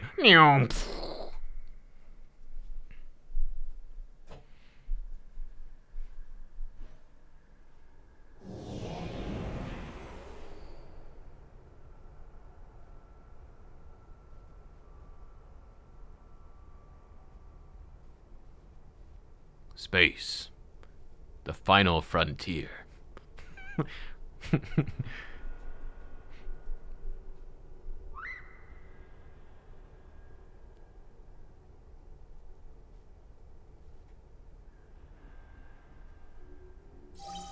Bleep. Interspatial domain resources cut by 82%. Entering dormant mode. Commencing automated memory scan. Alpha better not die here. Uh-oh. Alpha? No. Oh, no. Data file. Target. Midgar Sommer. Departure from planetary atmosphere confirmed. Presence of 7 distinct lifeforms detected in close vicinity of target. Irrelevant. Master indicates no change to existing directive. Commencing pursuit.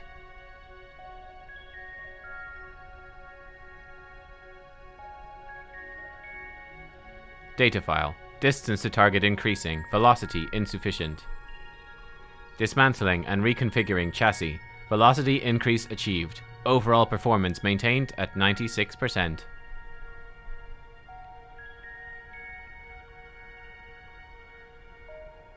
Data file. Asteroid belt cleared. Repairing damage. Continuing pursuit. Performance at 72% and falling. Richard Cove, thank you for joining the sub club. Thank you for joining, Richard. You are now assimilated into the Nub sub club. Oh. Data file. Signal from thing lost. Local interference suspected. Attempting to re-establish contact. Failure. Executing current mission directive until communications are restored. Performance at 59%.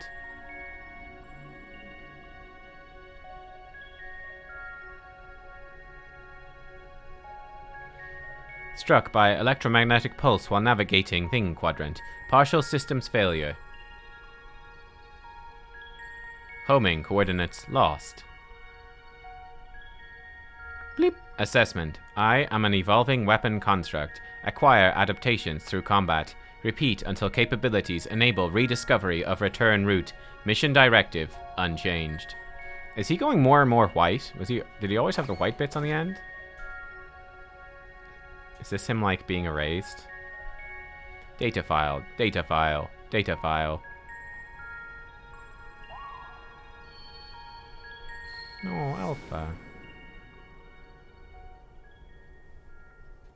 Yeah, is he like freezing in space? Pseudo-space? Alpha, an abject failure. I erased his memory, implanted a compulsion to return to me.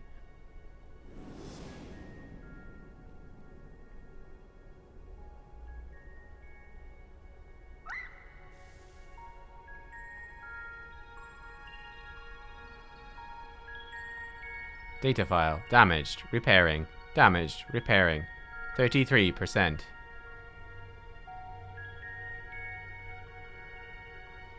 Passing frozen star. Passing barren star. Passing vortex star. Passing dying star. Operating on minimum energy. No signal detected. No response to bleep.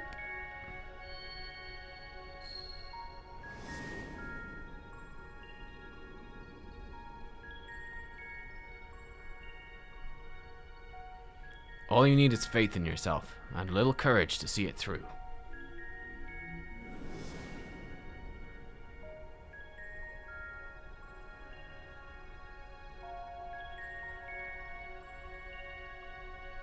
Data file. Target lost. Last known coordinates recorded on planet.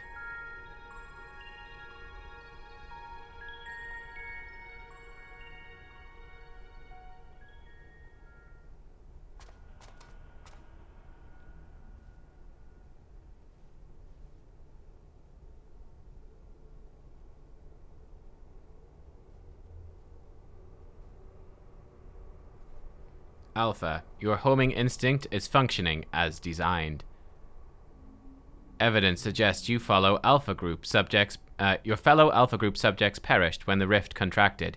Unavoidable, but there is a multitude of their kind. The next experiment will go forward as planned.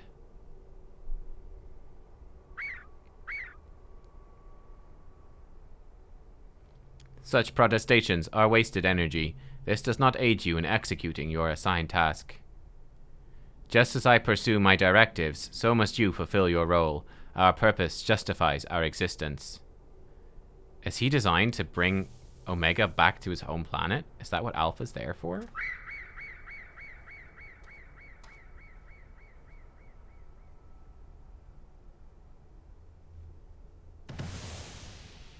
But wait, what? Wait, what? Oh, we were really... Wait, what? Bleep. Intrusion detected.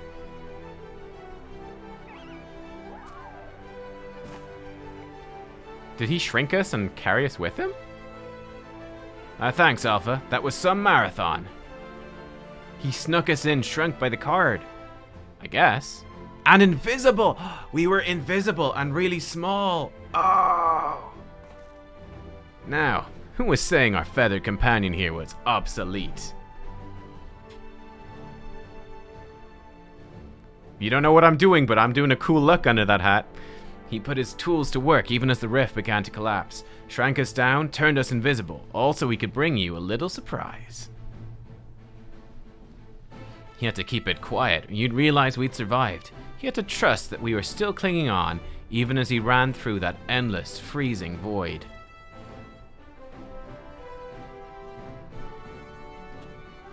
You wanted to test us, Omega? So let the experiment begin.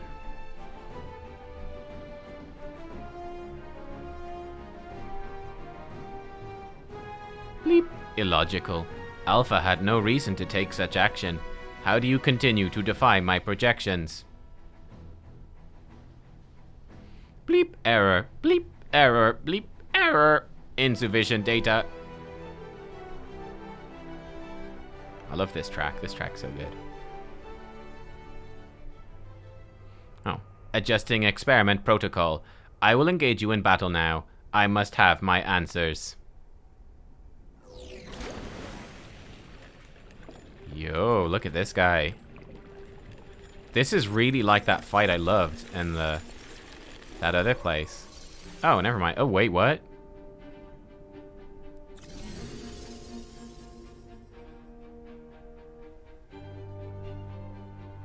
I will fight you with the power of androgyny. Fighting in this form should provide me with a new level of understanding, insight into your physiology, your mindset, your mortality. I thought he was gonna be like, remember that what was it called? Osmos or something? I can't remember. The boss that we fought that was like, it was a pyramid and then it was like a cube. I thought it was gonna be like that. Is conflict the only way? Can't we just be friends? Affirmative. I understand your language, but your words cannot sway me from my directives. To be super sexy. You possess a capability I do not. The instant I became aware of that fight, conflict became an inevitability. That is my purpose. That is Omega.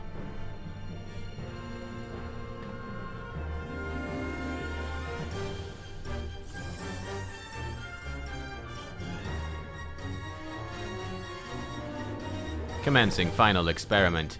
Testing will continue until I unlock the nature of your anomalous strength.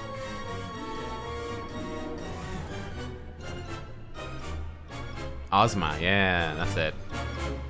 Didn't expect to fight a hot goo monster. No, I did not expect to fight a hot goo monster.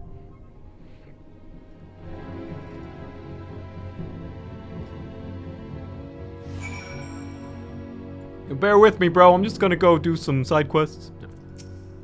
Quack, quack, quack. Alpha should be fine with a little rest. I'll make sure he stays safe on the edge of the platform, so no holding back, Nubkeks. Give Omega a beating it won't recover from. Oh, hell yeah, let's do it. Alphascape 4. The real Omega. Taffy, just in time. Yes, you are. Sanya Elfka. The cutscene was so long that Sanya was like, I'll be back in a couple of minutes, and then came back in the process of us watching the cutscene. Omega rallies from defeat, reconfigures its form in a drastic effort to comprehend the incomprehensible. What manner of transformation has the machine undergone? Seems that only complete destruction will free Omega and Heidelin from its relentless drive to evolve. Ladies and gentlemen, let's do it. Check him out up close. You dirty dog, Razzler, you dirty dog.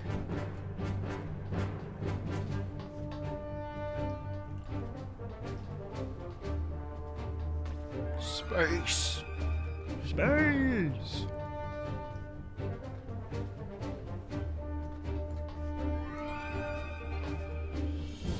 Registration is withdrawn.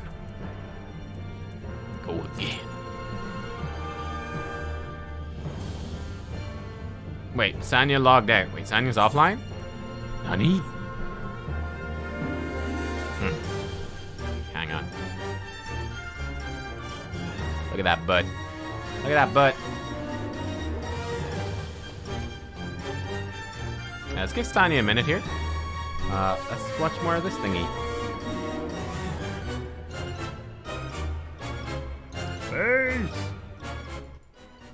How that works, or if there's a gray area that exists between those two things. And as far as Heidelin goes, I'm a little bit tripped up because we're told like the land is alive, so believe, right? The world of Heidelin is alive.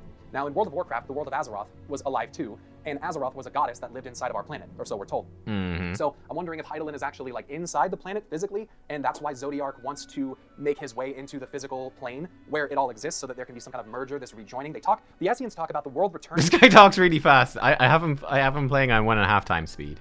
To what it was. And I know that it started with Umbral, and then went to Astral, and it cycles through just like the calendar does in the game. Oh, that's an interesting idea. That with each... I don't think that's true. But that would be interesting that it would like after each like calamity, you like go like light to dark, light to dark. I don't think that's how it is at all. But it's certainly an interesting concept. I'm still quite confused. Like for me personally, I'm still quite confused as to... Oh, that is how it is. Oh, really? That's still not that. Oh, I see. Oh, the naming of the eras. Oh, yeah. Okay, yeah. Astral and Umbral eras. Oh, okay. Okay. When people prosper. Ah, that's what he means. Okay. Okay, gotcha. An Umbral calamity brings about an Umbral age. Now, here's a question as well. Actually, I don't know. Again, don't answer if it's spoilers for this point in the game. But what's really confusing to me is that we have these alternate worlds? Like, where the other warriors of light came from? The warriors of darkness? Like, they came from another world. The end of a realm reborn, they proclaim the start of the 7th astral era. Yeah, okay. Yeah. Huh. We'll see it. We'll see it. Yeah, okay. We'll figure it out when we get there. But it's like, do these other worlds have their own like calamities and their own eras and stuff? and like how this. But and then like I think there's also the thing that the world we're on is like the first world, isn't it? Is that our world, and the other ones are like related? I don't know. We're the source world. I don't know, but yeah, we'll see. But it's kind of crazy. It still has. It really hasn't explained that very much. Did I do Warring Triad? I did do the Warring Triad. Yes. I feel like it still hasn't. Yeah, no worries, Sanya. It still hasn't fully explained things yet. I don't think. Usually in JRPGs, they explain everything like 10 times, very clearly. They'll be like, we must go to this place to fight the big bad guy. And you travel there like, we are here to fight the big bad guy. Okay, are you ready to fight the big bad guy? That's why we're here. It's to fight the big bad guy. Why did we come here in the first place? Ah, yes, to fight the big bad guy. You're like, okay, I get it, JRPG. You don't need to explain it 10 times. But I guess that's why they do, is because this stuff is quite confusing. How much do we have left in this video? We'll do it in the queue. Sanya's back. Let's queue up again. Alphascape. Chat, notify me if it bings. So we were in our first Umbral era, first Astral era, second Umbral Calamity, second Umbral era. Oh, I I'm see. understanding it. That's how it works. Now it sounds like yeah, that makes sense. Been attempting this time and time again. They've made mention of she survived, she staved off the rejoining multiple times, but not this time, right? So the Ascians are trying to bring this rejoining together. Now the words rejoining again makes me kind of feel like Zodiark was probably part of Hydaelyn, or this was all some kind of constructed ecosystem that was working pretty well initially, but has since maybe changed because of the presence of Hydaelyn. Maybe one came before the other, maybe they both came at the same time. I'm not sure, but it kind of seems like to me like Hydaelyn and Zodiark are like the fucking tippy top of power, and then we get into like the 12 and the primals and things like that. Now, let's get into that because that's going to directly tie into what I'm seeing Zodiark and Ascians doing. So you have a couple different groups of gods. You have the Warring Triad, which I mean, I certainly think it's interesting the fact that Hydaelyn is a big blue crystal in space and Zodiark's a big purple crystal in space. That definitely seems to imply that they are equal. Like they're two equal powers, one would think. That's what it's implying, and certainly if it alternates between Astral and Umbral, but more importantly, if it yeah, as well, if the worlds can also be like consumed by light or consumed by darkness, it does imply that they're equal powers. Yeah, and perhaps there's something over them. One thing I'm also not clear about is I feel like the gods haven't really been explained much at all. Like that's one thing, like the 12 gods, I am still kind of clueless as to exactly what that's about. I think it's quite weird because you chose which god you followed in character creation, and then there's like been almost no reference to that at all. There's like the only real references that I've seen, as far as I know, to the 12 and the actual gods has been that Louisoix like prayed to the gods to help, but I don't think that actually did anything really. I think that he won by becoming a primal himself, basically. Oh, Endwalker. There's going to be a raid in Endwalker that's about the 12. Oh, okay. But yeah, I just think it's kind of weird. It's something that's actually, I think, even, I would say, a bit lacking in the game, is that I haven't seen, like, any temples, as far as I know, to the 12. There's been almost no mention. I couldn't even tell you the names of the 12. There's been very, very... Is Ralgar one of the 12? Is he one of the 12? I think he might be. Is Ralgar's Reach? Okay, so Ralgar is. Okay, again, that stuff isn't really... I don't know, it just feels like religion and the 12 gods they're just not worked very well in. Halone is, or Halone, okay. It's from Ishgard. So they do, like, praise Halone and stuff. But it doesn't seem all that integrated. Marry someone for the lore? No joke? Fair. Interesting, fair.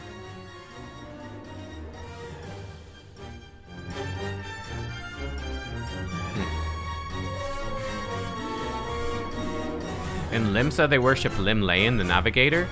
Yeah, I just don't feel like that stuff is really focused on very much. Uldaz and Althal, the twin god of commerce. Oh, okay, twin gods of commerce. Okay. Ah, Menfinia. I've heard of Menfinia. We have her earrings. That's Gridania. Okay. So they are mentioned a little bit. Okay. But yeah, it doesn't seem... It's not a very big thing in the story, considering how much we deal with, like, primals and all the rest.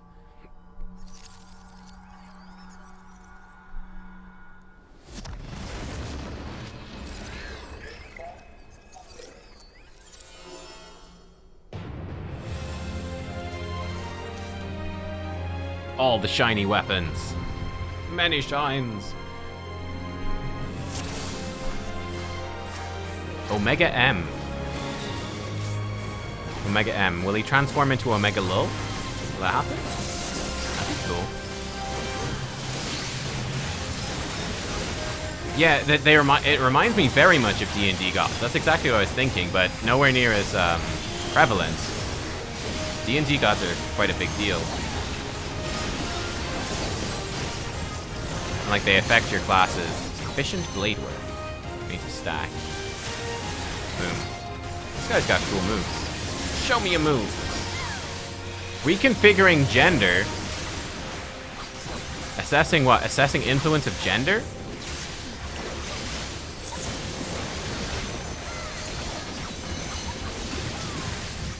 Need boobas. Need boobs. I have studied your people. From my studies of your people, it seems that cat girls must be the most powerful. This will explain why everyone is a cat girl.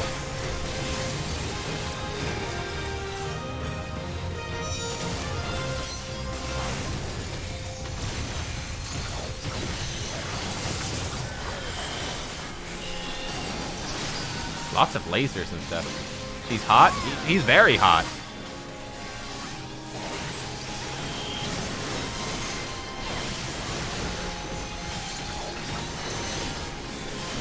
I did my rotation wrong again.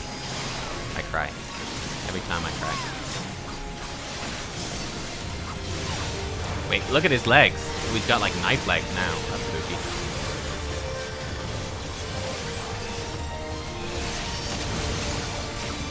When you take a girl home from the club and she's got knife legs, but optimized blizzard and it's in a perfect cross. That's kind of funny. This is mathematically perfect. It's a perfect cross shape. Is he gonna transform again? It's gonna transform again?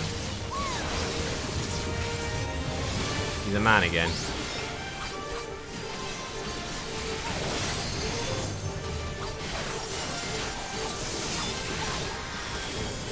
Party combat analysis. Wait, is he gonna split into multiples? I just did the thing twice. Whoops. Party member generation. We have to fight a whole party? Oh, there's two. Well, there's only two of them. Okay.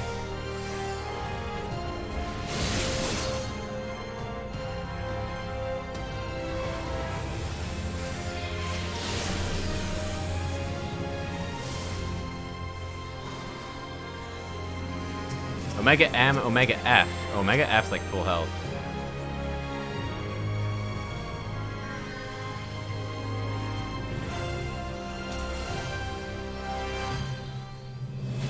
Is he's protecting Omega F. Oh. She's doing laser shower. Thank you, Tanya! Tanya saved me! Sassy Rabbit saved me.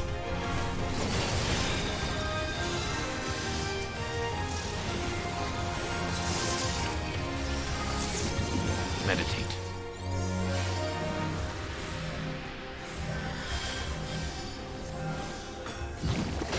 Bonk. Was I supposed to put that in a particular spot? I don't know. Son of a bitch! Fuck!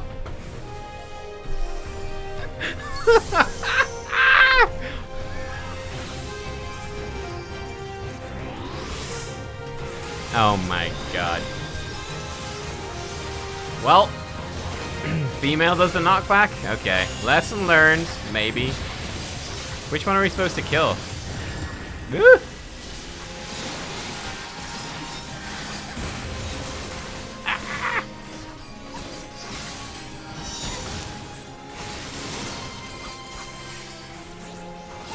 Check my debuff. Done. I see. Firewall. That's cool.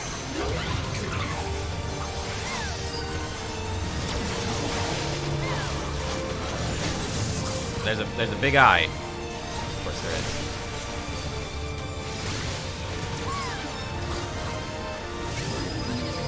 Cosmo memory.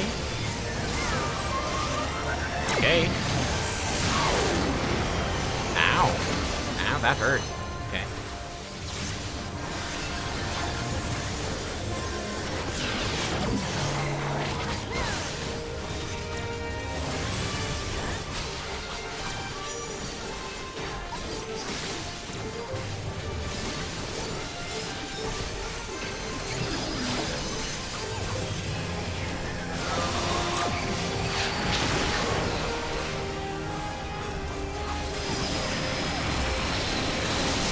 Kill myself, that kind of did a lot of damage. Optimized blade damage. I forgot about my dots as well. Fucking this up so bad, boys. So bad.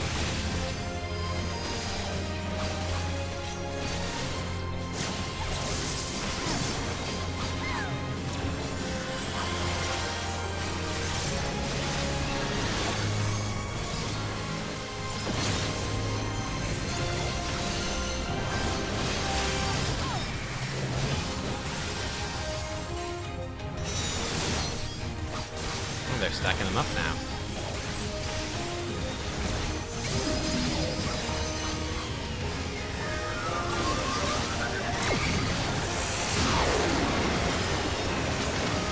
Boom.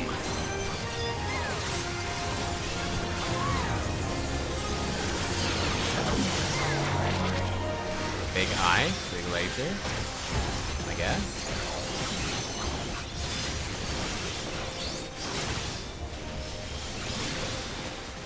And is he gonna like recombine into like a final form?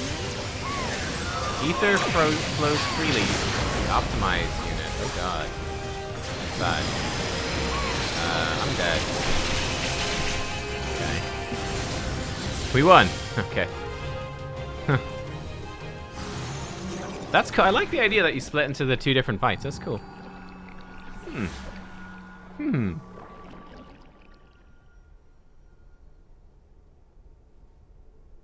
Okay.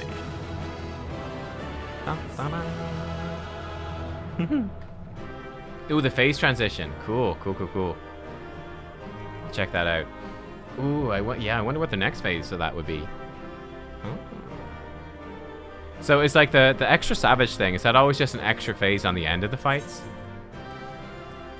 I think one disappointing thing is that they in World of Warcraft is that they've decided not to do that stuff anymore, which really sucks. Thank you, Rabbit, for rezzing me. I need all these. I need this, and I need this, and I need this. I need all of these. Okay, let's check out the phase transition before we go. Oh my god, it's really loud. Okay. Get my volume muter.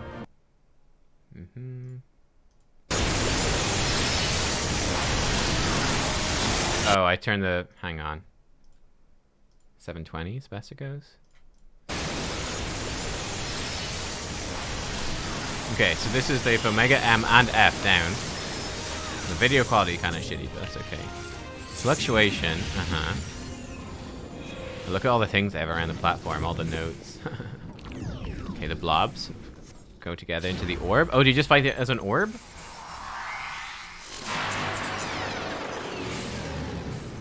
Ooh, DNA strands. Ooh, cool.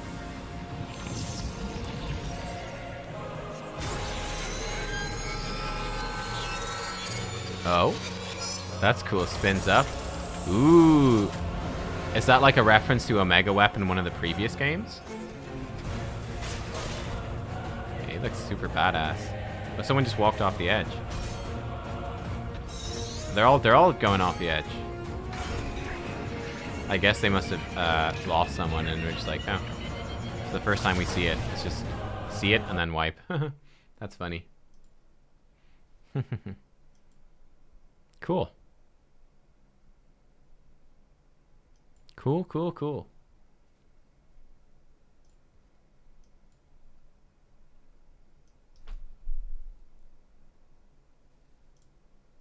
All right.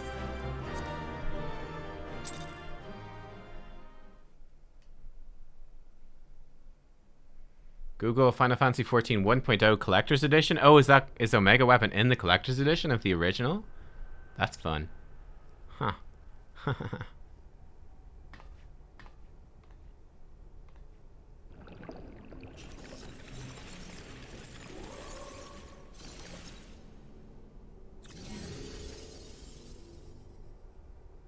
Sexy woman version is the best. Confirmed.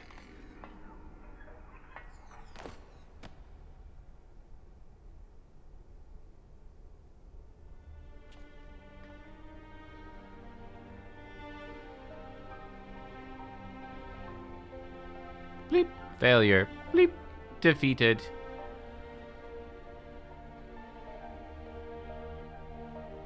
I want to understand you, to assimilate your strength.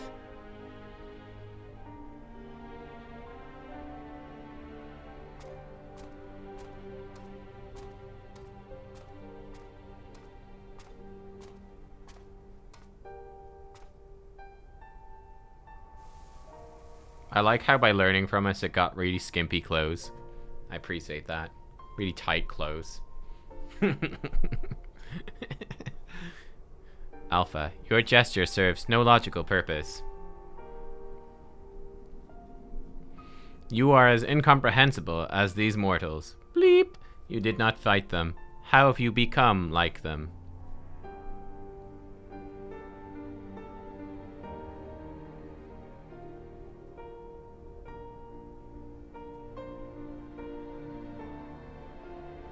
Omega, the anomaly you see in us, the answer you search for. It is our heart, our spirit, the intangible strength of one's soul. It's not a quality that can be measured or acquired through any amount of analytical combat. Her gear is glam, that would be cool. Instead of fighting against us, you might have learned more by standing with us, just as Alpha did.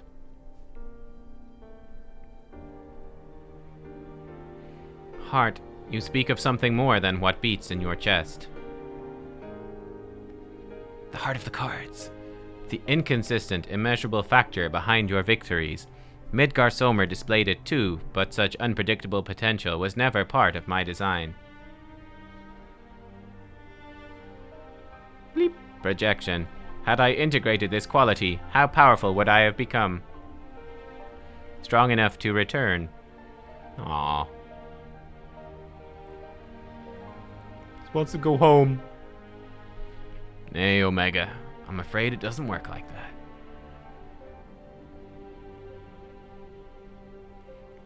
It was a long, lonely path you traveled to arrive here.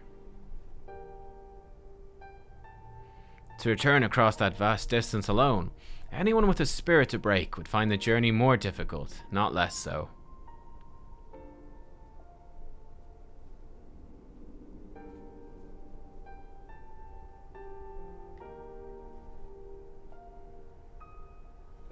Someone should like overdub the Voyager theme on this. I see.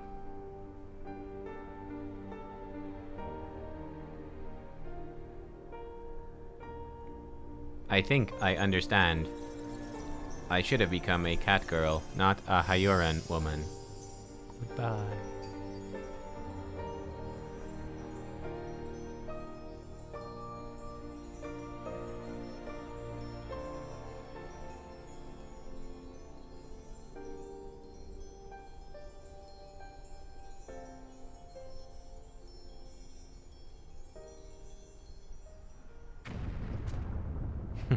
I should have waited one expansion more and been a Viera. No. The rift, it's destabilizing. Gods, take me for a fool. I hadn't planned past defeating Omega.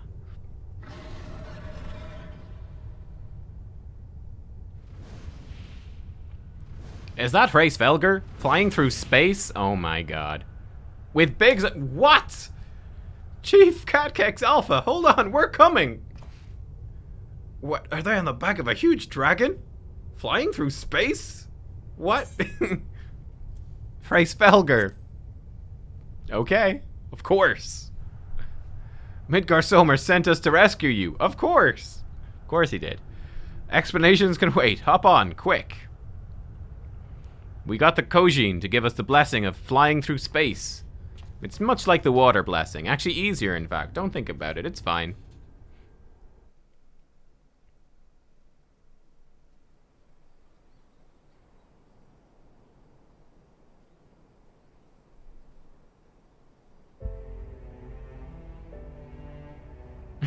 Dragon magic. Yeah. Race Felger, wasn't it? Our thanks. He pulled us out of a tight spot indeed.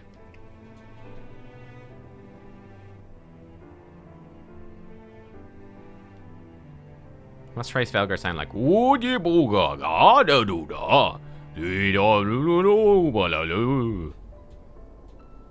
Ah, so Midgar Sommer's been watching over us. I would dare give thanks to him as well.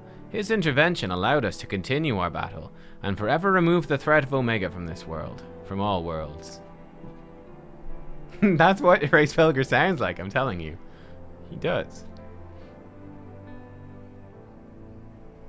I should probably actually read what he's saying, though, because it's probably lore. In all the long centuries of mine existence, this marketh the first occasion my father hath asked me of a boon. Oh. Wow. A gift of gratitude and, mayhap, of atonement for those who had faced the deadly foe he left behind.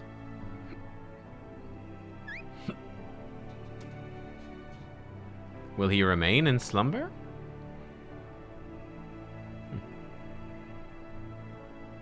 'Tis likely, little one. What is but a fleeting respite for my sire might last a lesser creature's lifetime.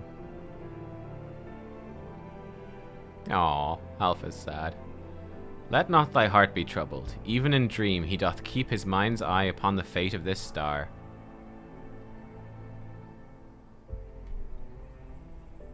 He is possessed of remarkable, devotion is mayhap the closest word in the tongue of men.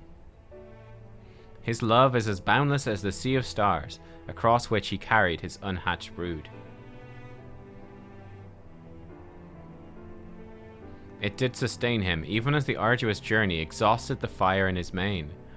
And when he at last arrived upon Hydaelyn, a sanctuary for his children, did he form with this land an irreplaceable bond.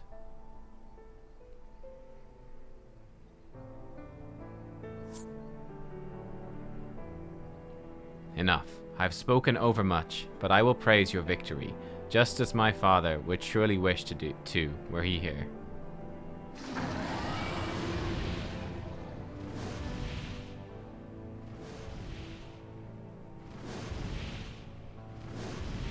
Damn.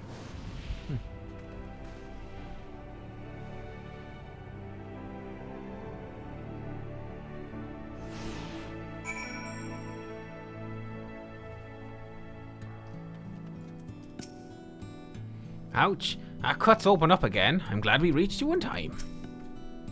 Did you see the yawn? It's just a big hole again. Yeah. The grape juice is gone. Yeah. Quack. Alpha survived. That's the main thing. Well, I can add being rescued by a great worm to the list of things I didn't expect to happen today. It was fortunate Race Velger agreed to come for us. We had to defeat Omega at any cost, of course. I much prefer being alive to celebrate the deed. This guy's running circles around me.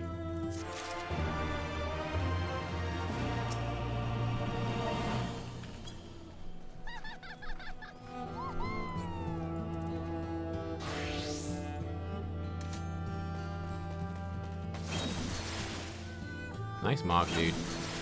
He looks cool. He's really into it as well.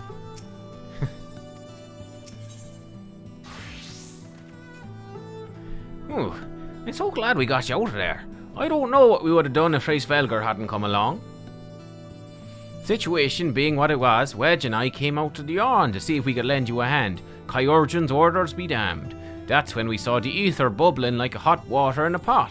Just as we were debating on whether or not we should jump in, that big surly dragon flew down to explain the anomaly. Then he offered us a ride. And the rest you already know.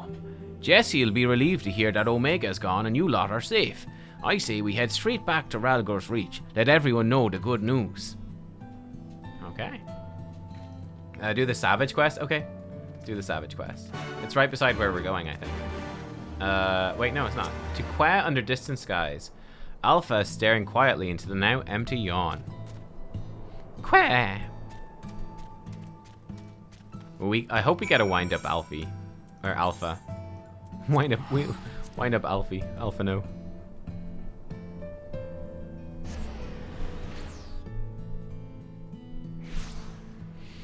Okay, the Savage Quest. The Savage Quest! Huh? Wind Up Alfie does exist. It does. I think we have it. I think. Oh, I need to turn this in first, it looks like.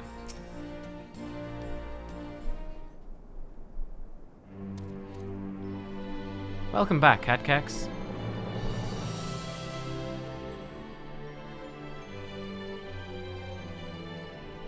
You truly are a force to be reckoned with.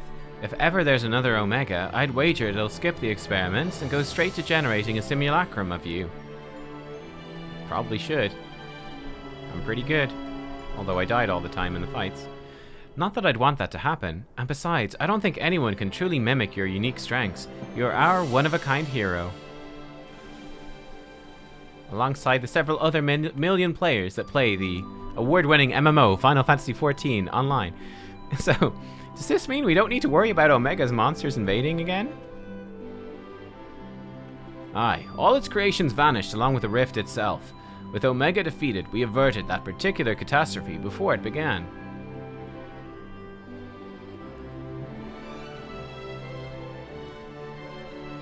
Nubkeks struck the killing blow, of course. We would never have made it to the point without everyone's hard work and support. Well, I was actually dead at that point. It was someone else. I was dead, I'm pretty sure. But okay. Once again, I'm sincerely grateful to be surrounded by such wonderful colleagues.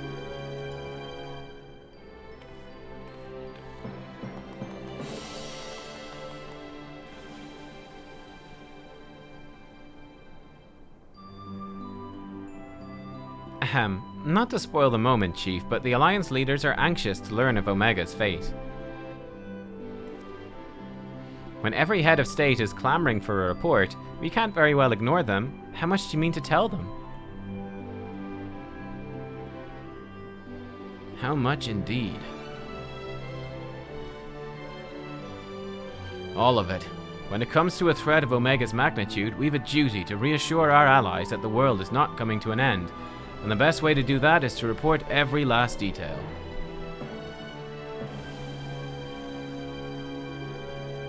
I'm surprised at you, Chief. I was almost certain you'd want to muddy the waters to prevent knowledge of this technology falling into the wrong hands, or something similar.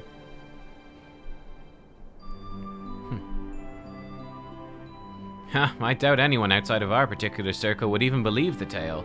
Experiments taking place in a rift between dimensions, facing off against villains recreated from history and legend, battling godlike beings from other worlds? It was a pretty crazy raid series. It was pretty nuts. This is not at all what I expected. It was awesome. Even assuming some ambitious fellow schemed to build an Omega of his own, the technology required is far beyond our reach as far as that weapon's terrible home star. A distant dream. Nero? Nero? Don't even try it, Nero. Right, you heard the Chief. We missed our chance on the front lines, but there's plenty of work left to be done. Round up everyone who's standing idle and get moving on those reports. And don't forget to contact our people still out in the field.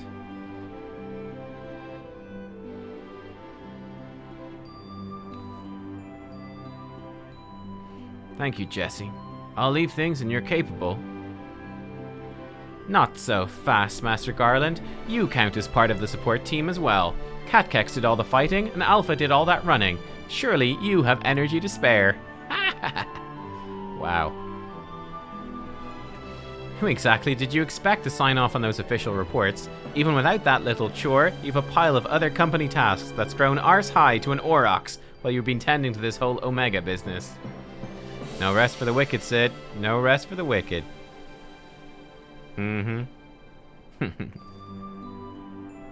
Most importantly, isn't there someone else you should be sharing this victory with? Aye, I should probably head over to the infirmary right away. Meanwhile, you should take a well-earned rest.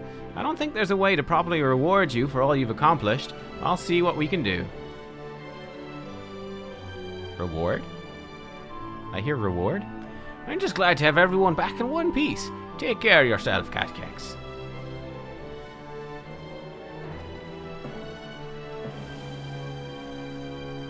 What are your plans now, Alpha?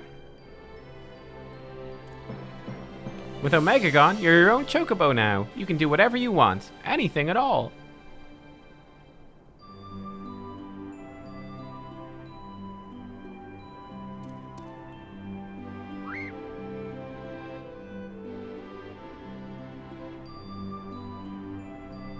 You want to go outside? Did you have some place in mind? Come on, Wedge, get those Lalafell legs moving or I'll leave without you. On my way.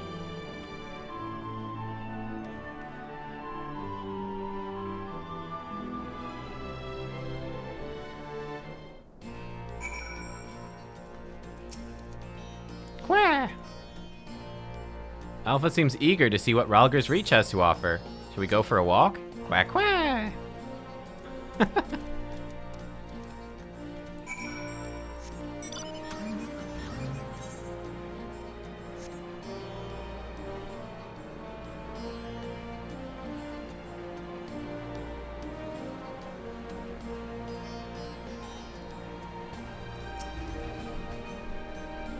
He's watching the inhabitants of Ralger's Reach with great interest. Quah!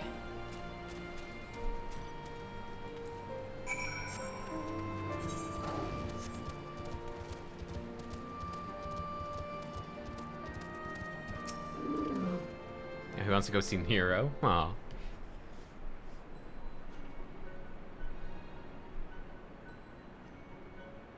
Yeah, he doesn't have the white bits on him anymore. That's right. Yeah, he's recovered. Quack, quack.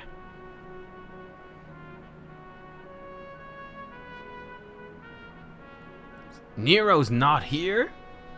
Oh no. What's he up to?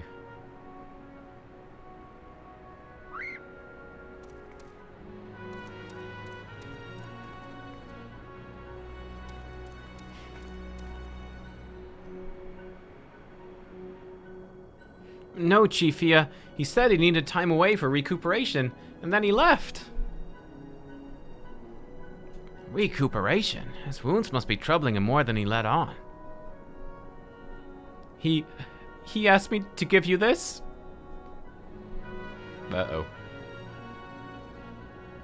What's this? A receipt for payment? Uh-oh.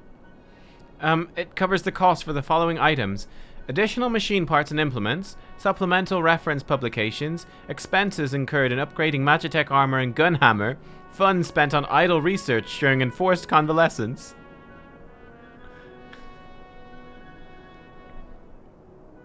Oh, it also includes a large sum listed as gratuity for exceptional services rendered. The entire amount was charged in your name, Master Garland. Oh my god. Find him! I want everyone searching for Nero right now! Everyone! Wow. Wow.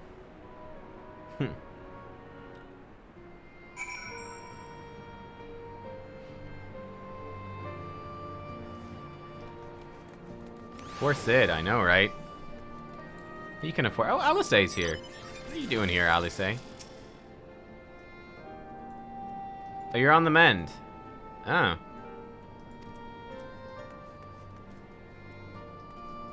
It's Nubkeks 2.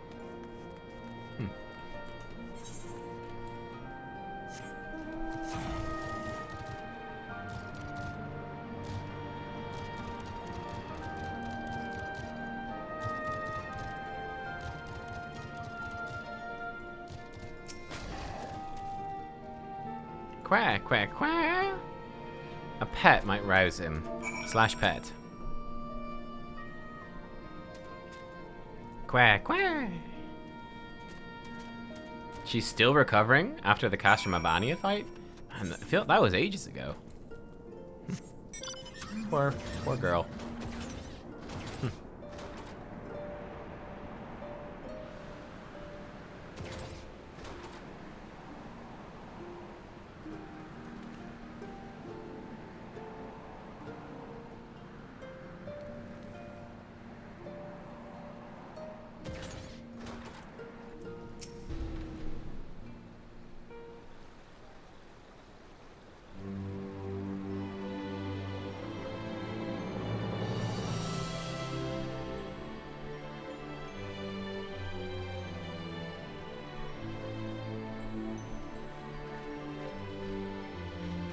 Oh, hello. What are you two up to?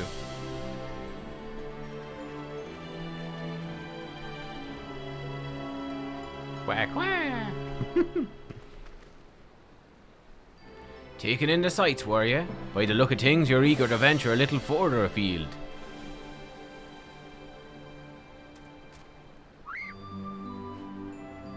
Well, if Nubkeks has no problem with it, then neither do I.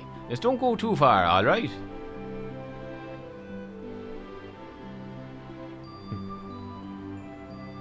Not good enough. I'm sorry, Alfie. Alpha, we're all a bit too busy to show you around the fringes right now. I'm not too sure about sending you there alone.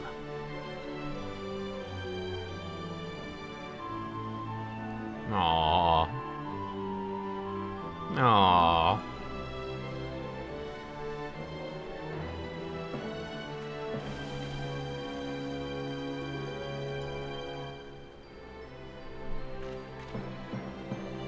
When you think about it, this world's completely new to Alpha. All he's done so far is travel back and forth between the Reach and the Yawn. Dr. Danilum, hey, hello. I bet his head is filled with questions and curiosity. He doesn't want to be taken for a walk. He wants to go on an adventure. Is this game good or is this game good? Dude, I tell you. Alpha's not some helpless chick, Biggs. He's stronger than you or me, and I wish I was half as brave. Alpha's my new favorite character. He should be allowed to.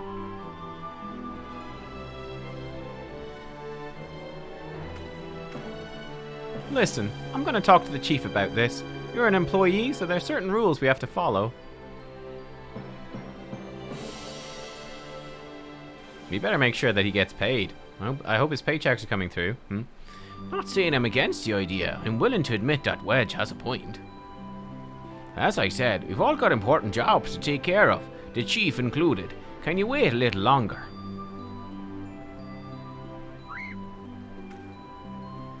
Nubkeks, would you mind keeping Alpha company until we get back? I promise we'll be quick.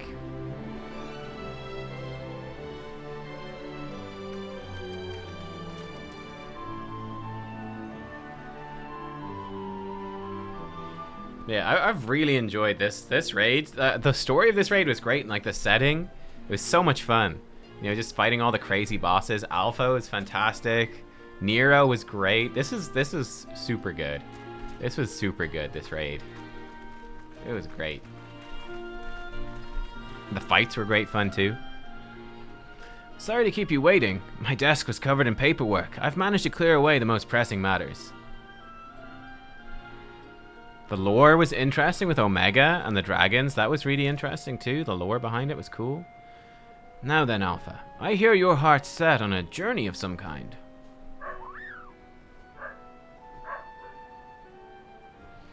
I just want to be sure, but you aren't leaving because you think you tricked us into the rift, or because you're Omega's creation or anything like that, are you?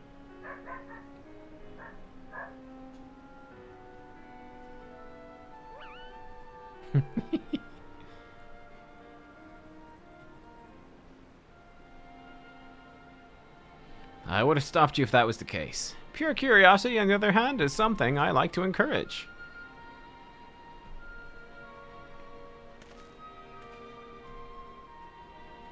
Exploring, interacting with the world. I think the experience would be good for him. Despite Omega's power, its potential to learn was hobbled by hostile directives.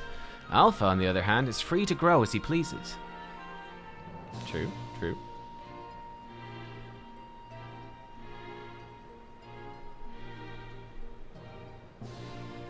Very well, Alpha. As Chief Engineer of Garland Ironworks, I hereby grant you unlimited leave to pursue personal research.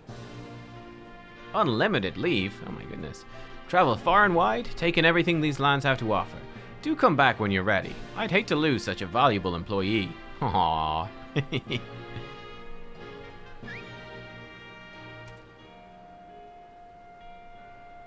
Alpha, I'll miss you so much.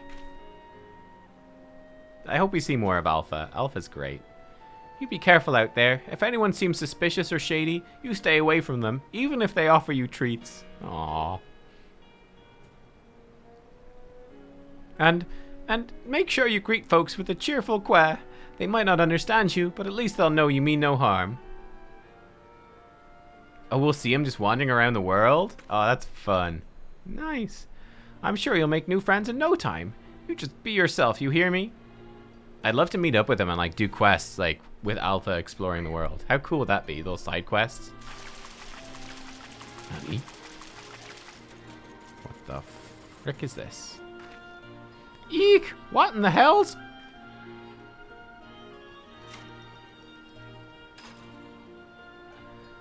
We forgot to shut it down. That's a model Omega that Wedge and I were working on.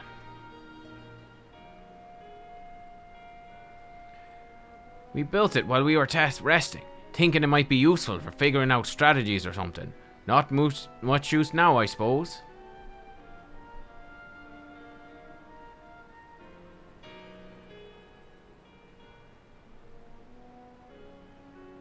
What, you want to keep it?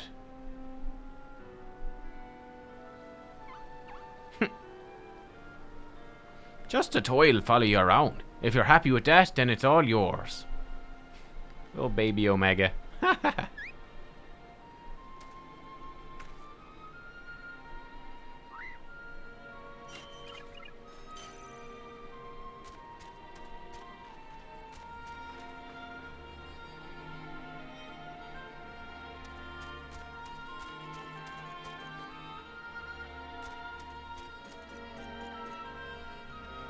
Aw, goodbye.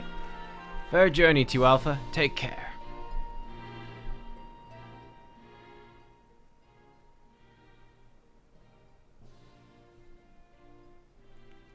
Thank you, Nubkeks. I'm off to see the world. Okay, now it became creepy.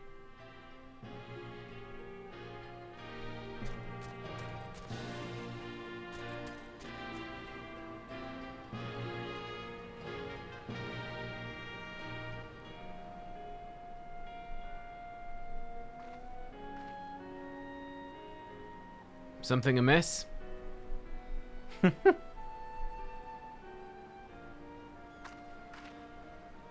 Just crazy psychic chocobo, that's all. That's strange. The Echo never allowed you to understand him before. Ah, interesting. It's just a theory, mind you, but assuming the absence of a soul is what prevented you from hearing Alpha's voice in the first place, then does it not follow that the reason you hear it now is... He got a soul? What?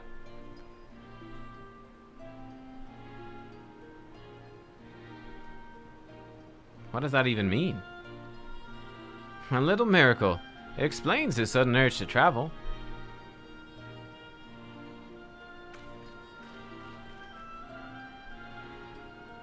For a newborn soul, the world is brimming with unseen wonders.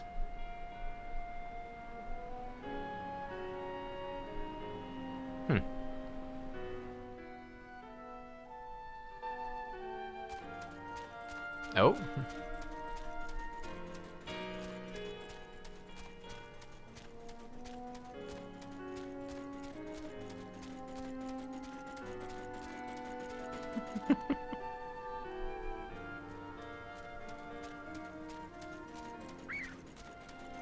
He's so happy. He's so happy. Oh, it's great. Off he goes.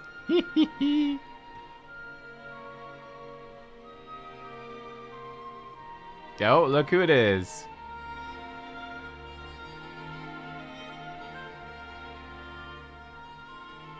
And so your journey begins. I almost envy you, Alpha. So many new things for you to discover.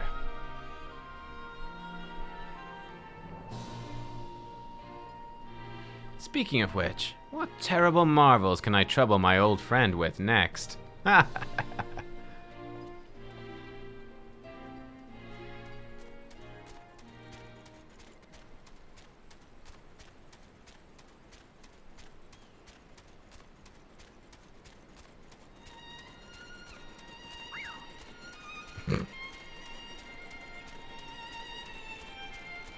Oh.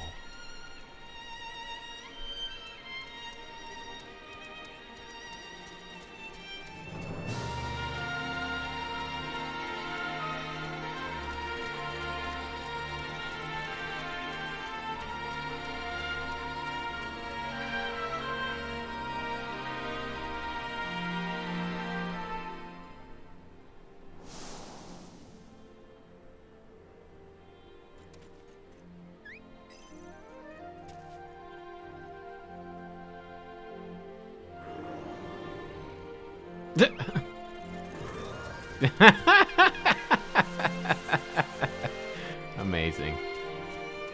Oh my god, this is amazing! Oh my god. We actually get to see him exploring the world together. So good.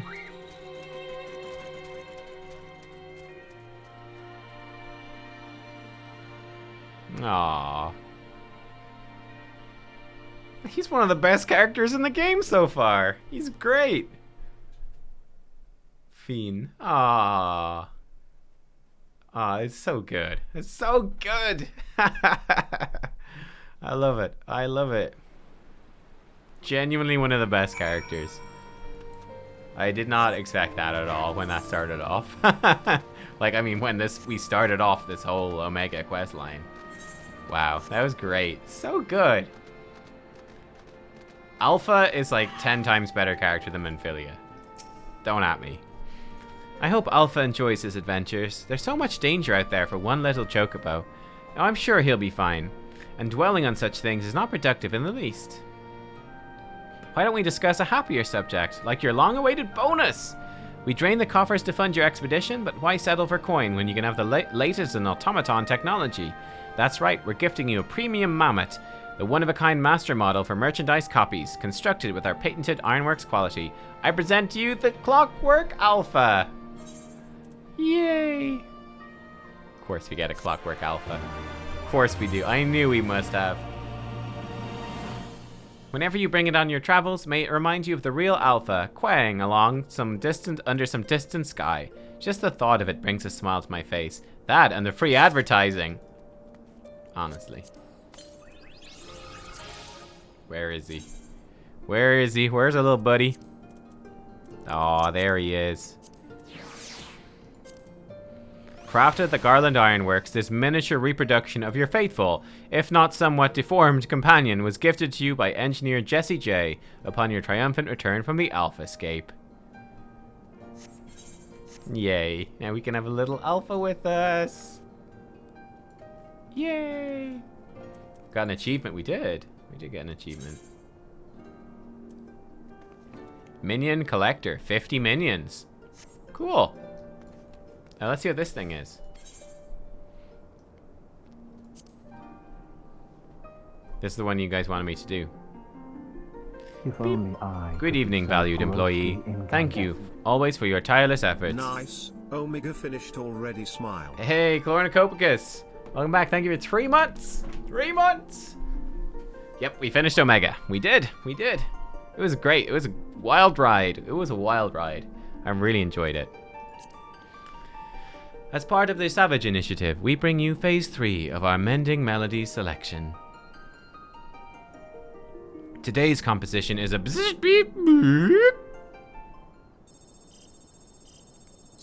Uh-oh.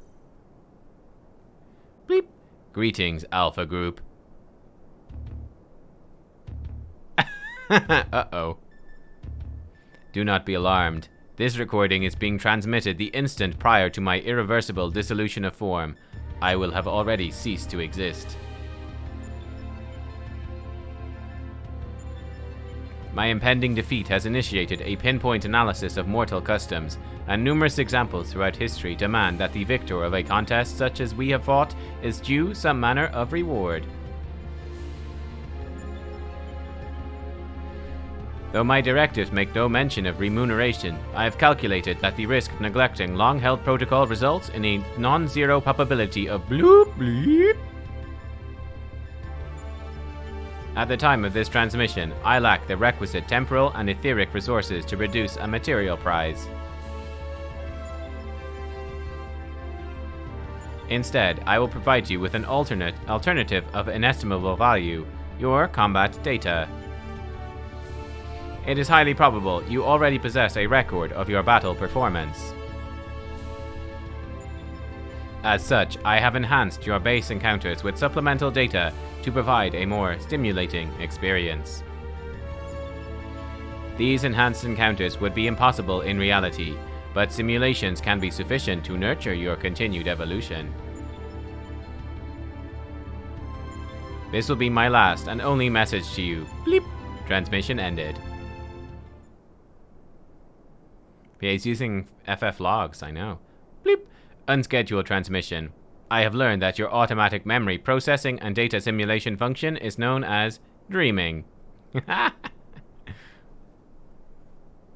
While I was unable to assimilate your self-described strength of soul, extensive observation of mortal behavior has provided me with insight into suitable phrases for myriad situations.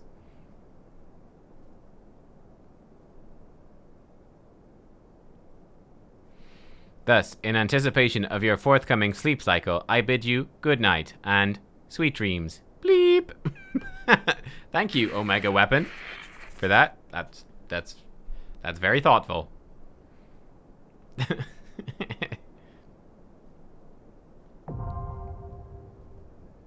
Cool.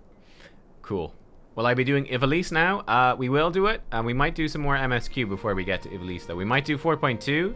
We might do Ivalice after 4.2, and then maybe the trials after 4.3. I think that's what we'll probably do. What fight was my favorite? Probably the train. I think the train fight was the coolest one overall. I really liked fighting of train. It's just ridiculous.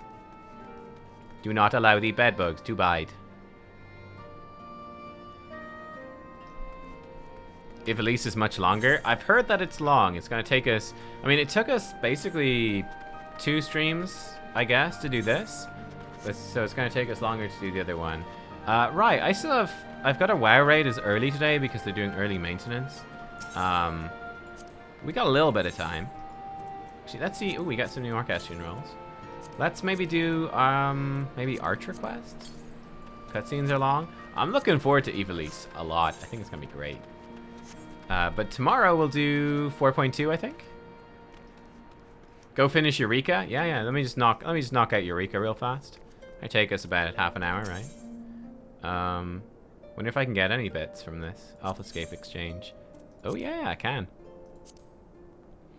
I can get the waste. Do I already have the waste? No. I get the waste. Great. I'll get the circlet of striking. You know I'll get the circlet of striking. What's this look like? Oh, this looks cool. Little robo circlet. The rest needs quite a bit of stuff. Oh, I got the shoes. Hey, we're getting there. We got a few of the pieces already. How many of these do I have? I've got 2. I'm halfway towards the trousers. We're actually pretty close to finishing this. Not bad. Oh, I've got none of the chest piece. That's the most important part. How about this? Crank? I've got 1 crank. Have I unlocked Eureka? No. No, sir. No Eureka. Got a Ring of Slaying. We'll get bracelets. Sure. What's a choker look like? Can't even see it. Oh yeah, the choker's cool. Little robo thingy. Did I get one of those? Yeah, I've got one. Well, how many of these lenses did I get? Oh wow, even more. How about Dragoon? Oh, that's cool. Let's get the Dragoon one too, I think. Yeah. Sure.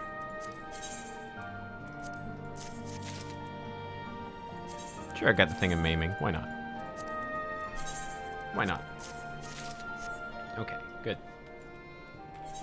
That gear might be useful when we pick up Reaper as well. Excellent. Those are actually upgrades. Very nice. Actual upgrades. Yeah, we will have to unlock Eureka too. Should we do Eureka, like unlock it before we do like Shadowbringers?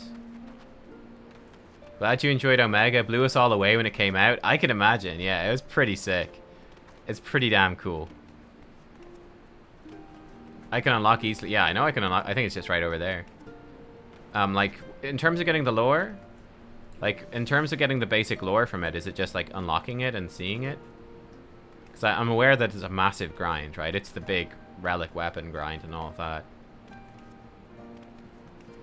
Oh, even just the story for it would take dozens of hours. Okay. There's 4 areas. Okay, you know what? Maybe we'll just leave it. Or what do you guys think? There's 4 parts with each part of its own story. unlocking it's nice. I mean, we could unlock it and see what the thing looks like. Let's unlock it. I mean, it's right here to unlock it. Let's unlock it. Let's unlock it. We're not going to do much of it, but let's get it unlocked at least. Yeah, let's do it. Oh, with Kryl, eh? Catchex McMeow of the Scions of the Seventh Dawn, if I'm not mistaken. Very good. I have a message for you from your Aunt Rowena. It's more of a request, I suppose, though I don't have any details of consequence. She'd like you to assist with the exploration of a recently discovered island. Surely you'd be interested in that sort of thing, being an adventurer. If you are, you should head to Kugane and seek out Kotokaze, the proprietress of the Shiokaze hostelry. It's a long way to go, I know, but the island's out that way anyway, so... Actually, I realized something more important that we have to do before we do this. As soon as she said Rowena, I remembered. I was like, Rowena! Relic weapons! Getting scripts. We need to do our fishing. We need to do some fishing! And then I actually probably have to go after fishing. Well, let's do fishing, and then I'll show you where our, I'll show you the state of our relic weapon then. We'll see how far we can get with it. Hell yeah, boy.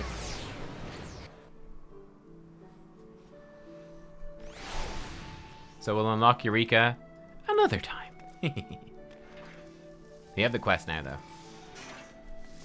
Oh my god, there's so many people for ocean fishing. Oh. Our bags are really full, too, so a little worrying. I need a lot of plump worm. 72. Get 3 krill. Let's get 14 of that. Yeah. Poor old bags full of stuff from the diadem. Should have enough space though for this. Should be fine. What are these? Sky Builder's brooms. I think I can turn those in.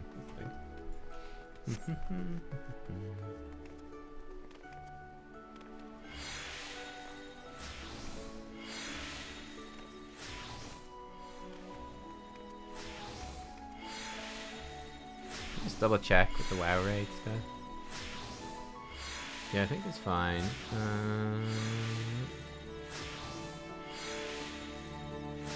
Yeah. Okay, cool.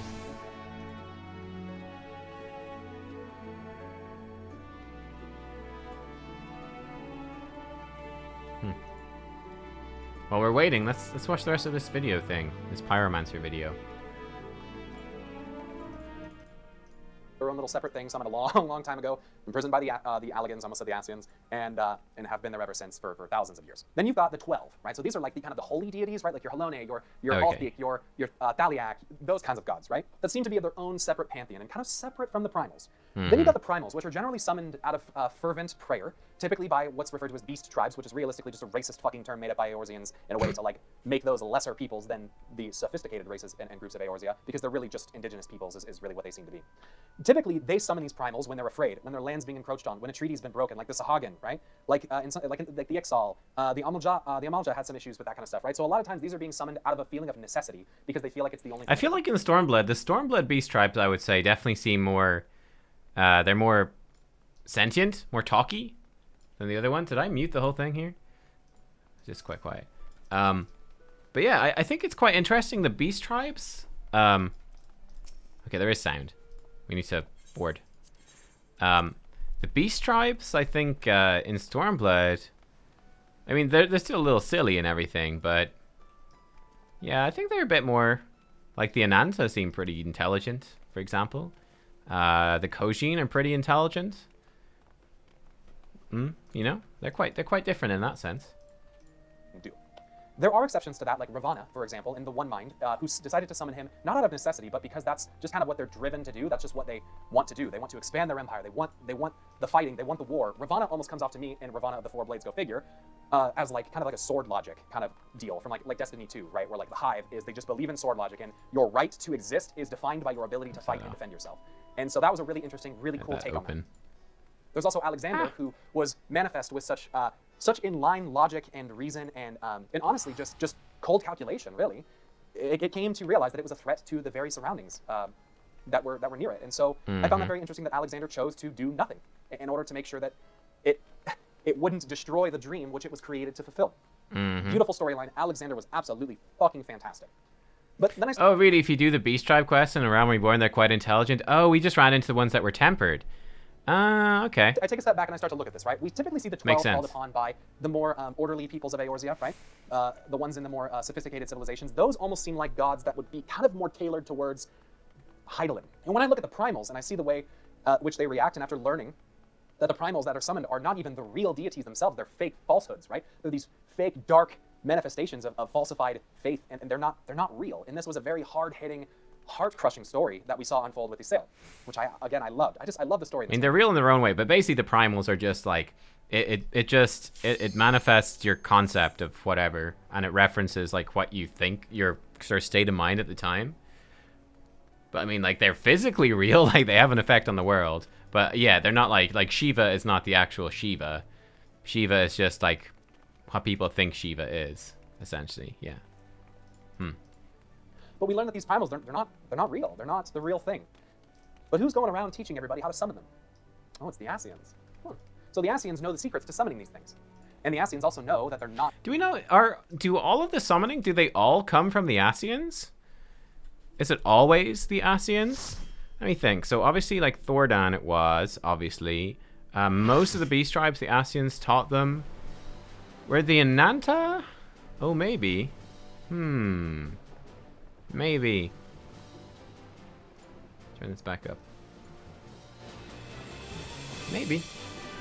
They spread the knowledge, yeah. I'm just trying to think, were there any examples of summonings happening without the Ascians teaching people how to do it?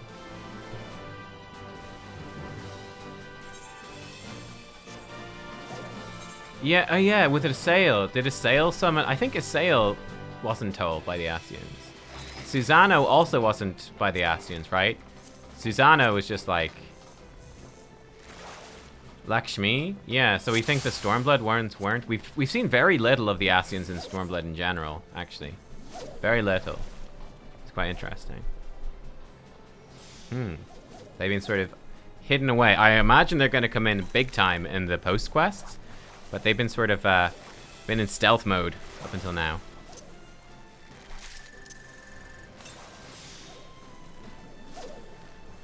Ysael never met the Ascians as far as we know. So there you go. So, like, she managed to summon Shiva by herself. Interesting, huh? We think. Oh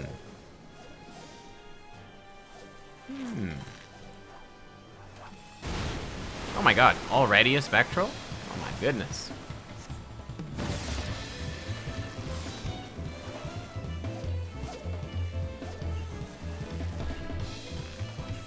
I'm all on my own on this end of the boat, or almost. Unfortunately, I can't make the YouTube video louder, so I think it'd be drowned out. I can't actually listen to it. I'll make it a try. Not the real gods. And they also know that when they're summoned, that they're going to suck the fucking land of people. And remember, the land is alive. So what I would assume at this point is that Zodiark and the Ascians are more directly responsible for the primals than we probably realize. And it would seem as though they want to summon these primals because it weakens Hydaelyn. And the weaker that they can get Hydaelyn, the easier a time they're going to have bringing Zodiark in. Oh, interesting. That's an interesting theory. That the Ascians are summoning in the primals in order to weaken Hydaelyn. Ah, that's an interesting idea. That's an interesting idea. That it harms Hydaelyn. That's an interesting... It's not spoilers. This guy, he's giving his theories based off of...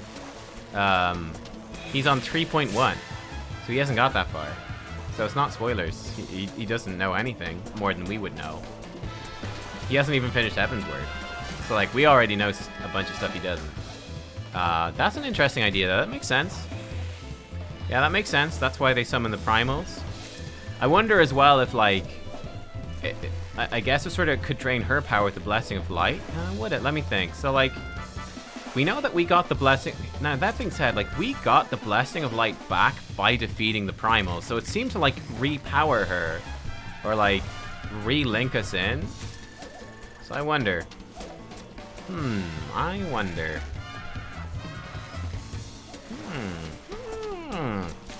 There's obviously a lot more to be revealed about that. It's an interesting idea. But I mean, obviously, it must be. It's obviously summoning the primals is obviously going to be counter Hydaelyn, because that's the whole point of the Ascians, right? Is we want to stop Hydaelyn, we want Zodiark to beat the boy. So yeah. Very interesting.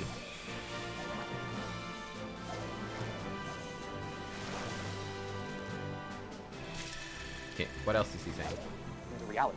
The reason I say that is because of one very distinct detail that I recall Nebriales pointing out when he invaded the Waking Sands, and that was that because we no longer had our Blessing of Light, we couldn't keep the Ascians out of the Waking Sands. We could not repel them, so to speak. Yeah. But after it was gone, they could enter. Now that leads me to believe that that's a microcosm of what's happening with Hydaelyn and Zodiark. And that if Zodiark wants to manifest in reality, in any capacity, Hydaelyn has to be weakened to the point where she cannot repel his presence. And that's about as far as I've gotten with it. There's many questions that I have regarding... Yeah, that makes sense as well. That's cool. That makes sense too, that like, yeah, Hydaelyn basically stops Zodiark from manifesting. That's pretty straightforward, I think. It makes me wonder as well, like, if it is a question of like sort of cosmic balance between light and dark, that's certainly interesting. That like, in what circumstance could they both manifest? Like, would it have to be, oh man, I keep missing these mooches. Would it have to be like exactly 50-50 and then you could have both of them? Or is it like, once it's within like the 60-40 range that both of them could like manifest more directly? That being said, like, Hydaelyn is not particularly directly manifested. Like, she manifests in terms of helping us and giving us powers, but she herself takes relatively little direct intervention. She does very little directly. So in that sense, Zodiark's not actually all that different. Like, he has his Ascians. Like, there's the Ascians, there's like the Scions.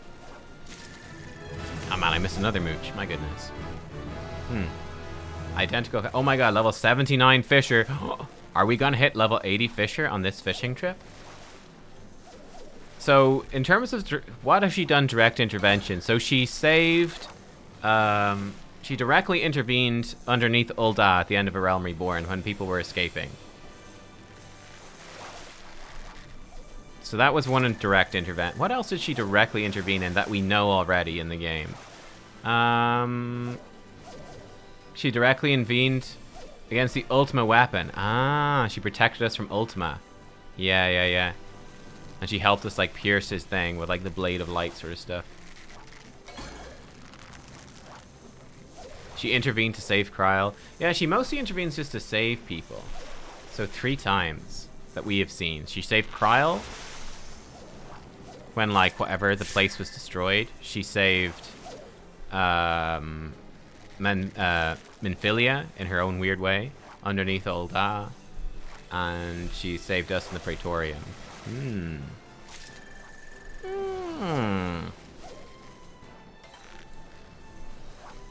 Most curious. But then again, we don't know that Zodiark might have intervened directly and stuff. We don't know. We don't know if he's intervened or not. Hard to say.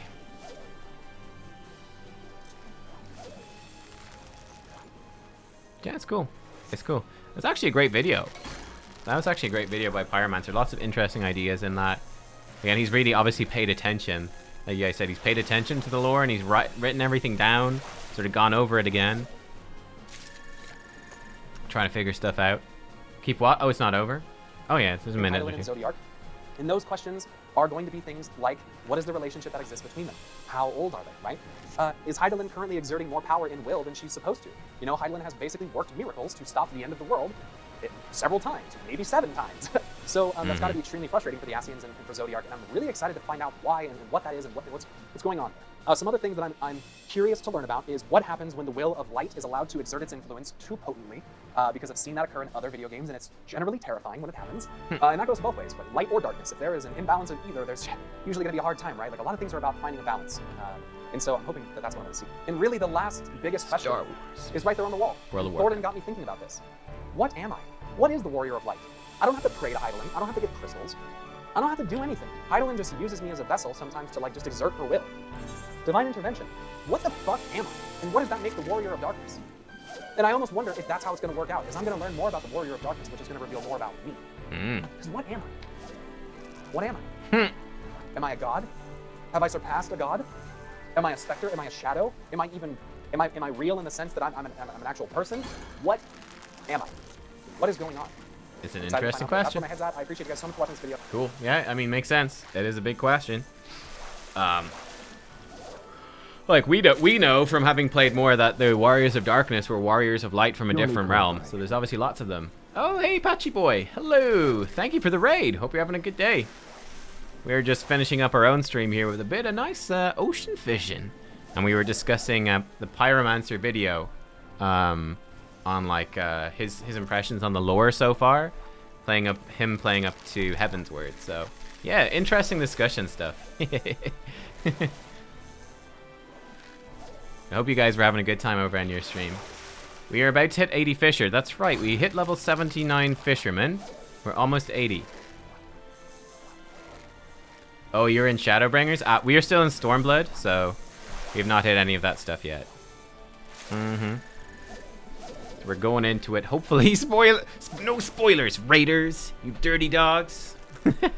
But yeah, I've heard that Shadowbringers is incredible, so I'm really hyped for that. Basically, we here are... we just did Omega today. We finished off Omega, which was awesome. Yeah, it's really cool. I was really impressed with Omega. Alpha is the best boy. Official best boy. Best character in the game. Your boys have done a good job not giving you spoilers. Awesome. Yeah, no, my chat's been really good too. People are really conscientious about spoilers. It's good. It's good. You gotta head to bed. It's after 3 a.m. There's a dedicated Final Fantasy player for you. Awesome. Good night, my dude. And, yeah. See you around.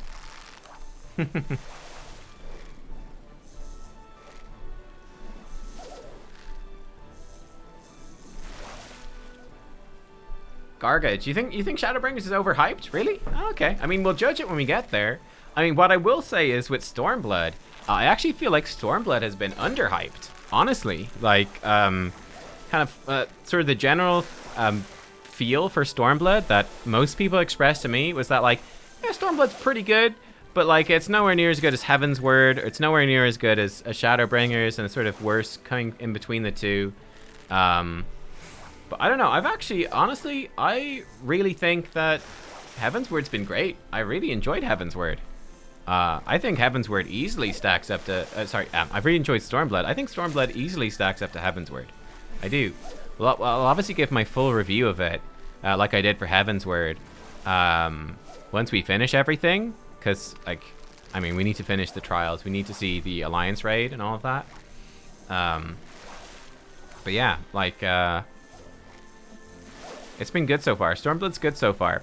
I would say the main difference I feel between Stormblood and Heavensward, I think that Stormblood has done a really good job of fleshing out the world in general.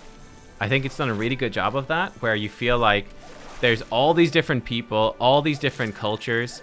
Like, I certainly think that, you know, it's kind of hard. You sort of take it for granted now, like looking back on it, I guess. But at the time, it's like like going into Stormblood, you only had like Gridania, you had, you know, like Limsa, Lanasia, you had Ul'dah, and then you had the whole Ishgard regions. Like Stormblood really expanded that so much, like big time. Like now you've got like all the Hingan cultures, you've got the Doma cultures, you've got the nomadic cultures up in the Azim steppes. Then you have like all of Alamiga. Like there's so much more to the world, and giving you a really good feel for like just the little villages, the ordinary people, and how they're affected. I think it's done that really well. The point where I think that Stormblood is clearly weaker than Heavensward is actually in the individual characters. I don't think it's done that anywhere near as well. Like the characters have been good, but you know they're not at, like, if you, for example, like Hien is a great character. He's a cool dude, but Hien's not as cool as Aymeric. Or like Gosetsu's a cool and interesting character that like sacrificed himself for us. Gosetsu's great. He's not as good as Orchifant, though. You know what I mean? Like, the character sort of one-to-one. Or, like, you know, traveling around with Alice and Lise was nice. It's grand. There's nothing wrong with it. But it's nowhere near as interesting as traveling around with Alphino and Asael and Estinian and that, like, crazy dynamic. So, yeah. That's sort of my general feel, is that Stormblood has been incredible in terms of world building and stuff, but the individual characters are, like, they're not as interesting. They don't grab you as much. I think part of that is definitely the fact that they had to tell all the Doma story, they had to tell all the Alamigo story, and you're sort of drawn both ways.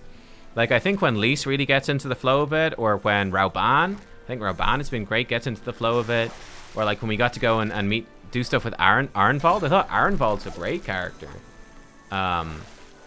He's been great, you know?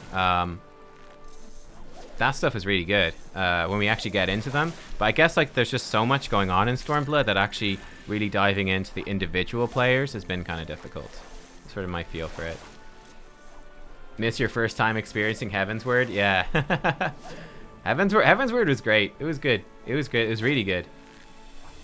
Split hurt the story a bit. I think it hurt the story. It also is I think the split and just the variety in Stormblood is both its biggest strength and its biggest weakness. I think it's actually really good, but I would have liked to see more out of some individuals. Like, yeah, I would have liked to see more out of Lise.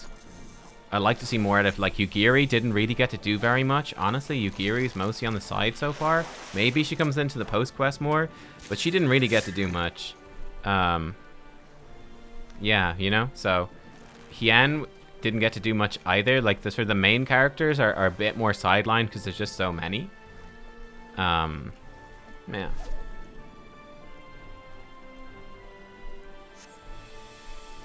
Yeah, we don't want any spoilers. So we can discuss Shadowbringers when we get to Shadowbringers.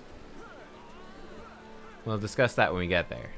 Because, like, I can't tell you anything about it.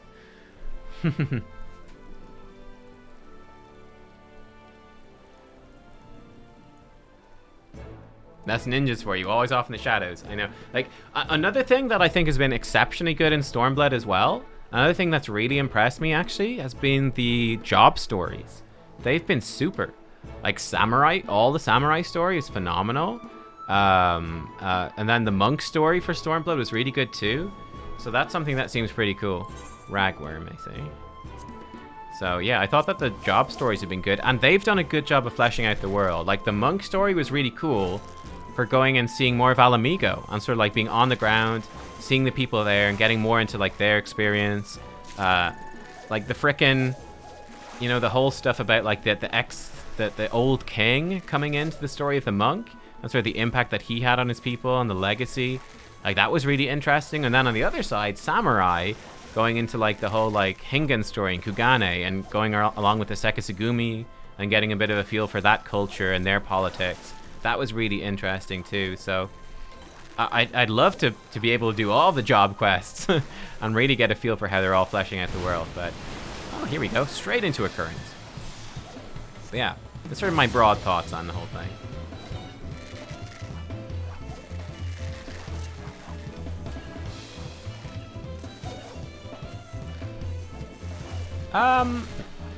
I actually really, Calornicopicus, I actually really liked that. I actually liked it.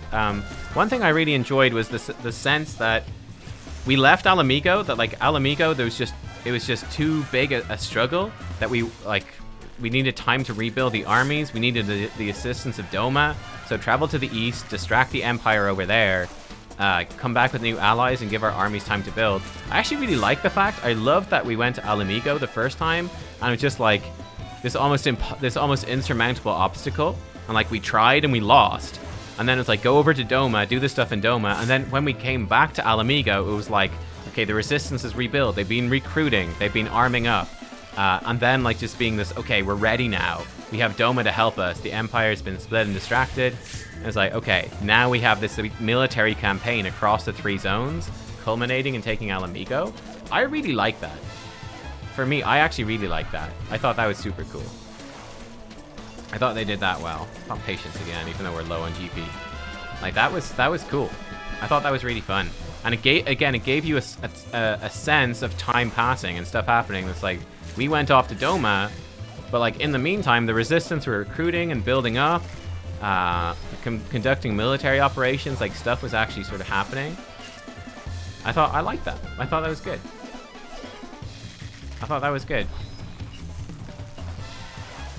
Didn't like how often we went between Alamico and Doma. Yeah, I mean, we haven't too much. Like, so far in the story, is like we went to Alamigo for a good chunk of questing. Then we went off to Doma for a good chunk of questing. And then we went back to Alamigo. I guess maybe in these post-quests, we might bounce it back and forth a bit. For example, I didn't like the quest for the Queen. Or not the Queen, the Sultana. Where she, like, fucking sent us onto Doma just for the lols, like. It's like, go over to Doma.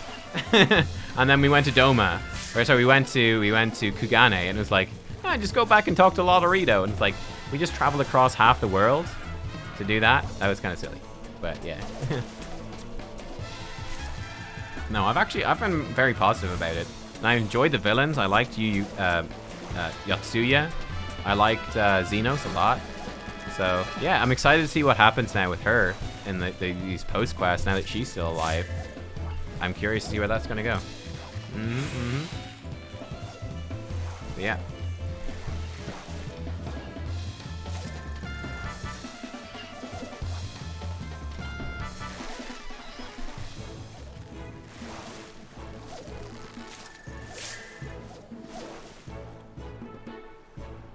Yeah, Colornicopicus, that was actually, yeah, that's fair, that you would have preferred to actually see the revolution rebuilding rather than being told about it. For me, that was actually something I liked.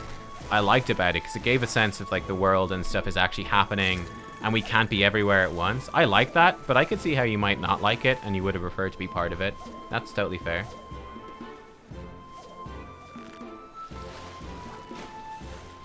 Yeah, I remember the, I remember for Dark Knight, that was really cool. Yeah, the journal entries for the job quests for Dark Knight were super fun, up to level 50.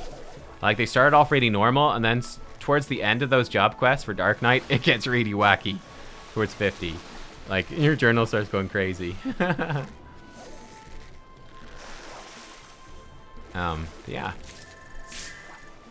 Well, we mooched this time. Yeah, the Dark Knight job quests were definitely interesting. I will definitely try out more of it for sure.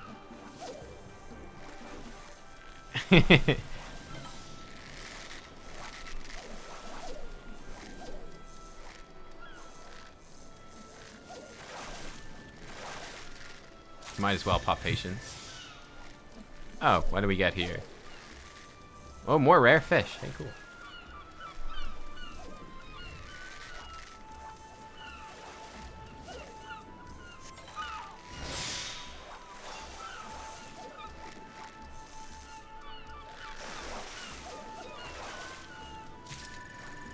Oh, I forgot to mooch. No! Mooching opportunity missed.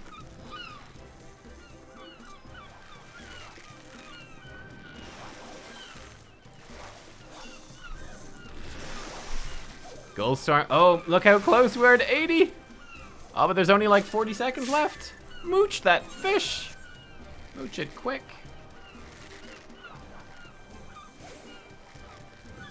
I don't have enough GP to do the correct thing, though. We're gonna have to just hook and pray. Unless it's super slow. Oh. I think 2 more ticks and we're there. All hint of crimson vanishes. Oh, we are gonna get a proper hook set. I don't think we're gonna make it, chat. I don't think we're gonna make it.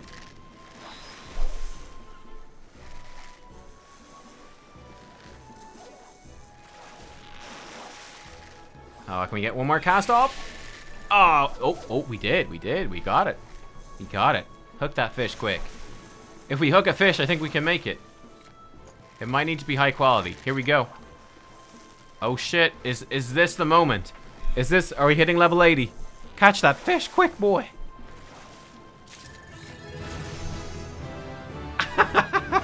We did it. We did it. Level 80 fisher.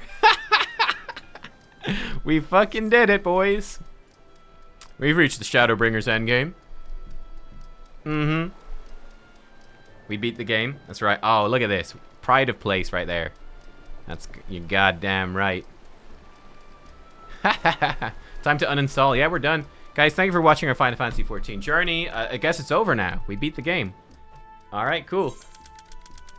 I'm a New World streamer now.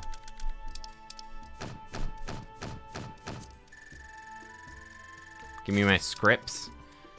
492. Okay. 492. Okay.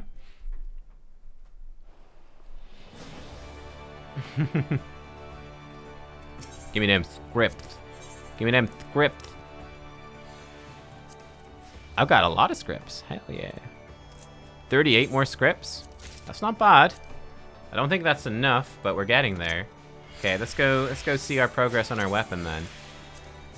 It's a glowy weapon. We want to go to... We'll finish with the showing you our progress here. Aha.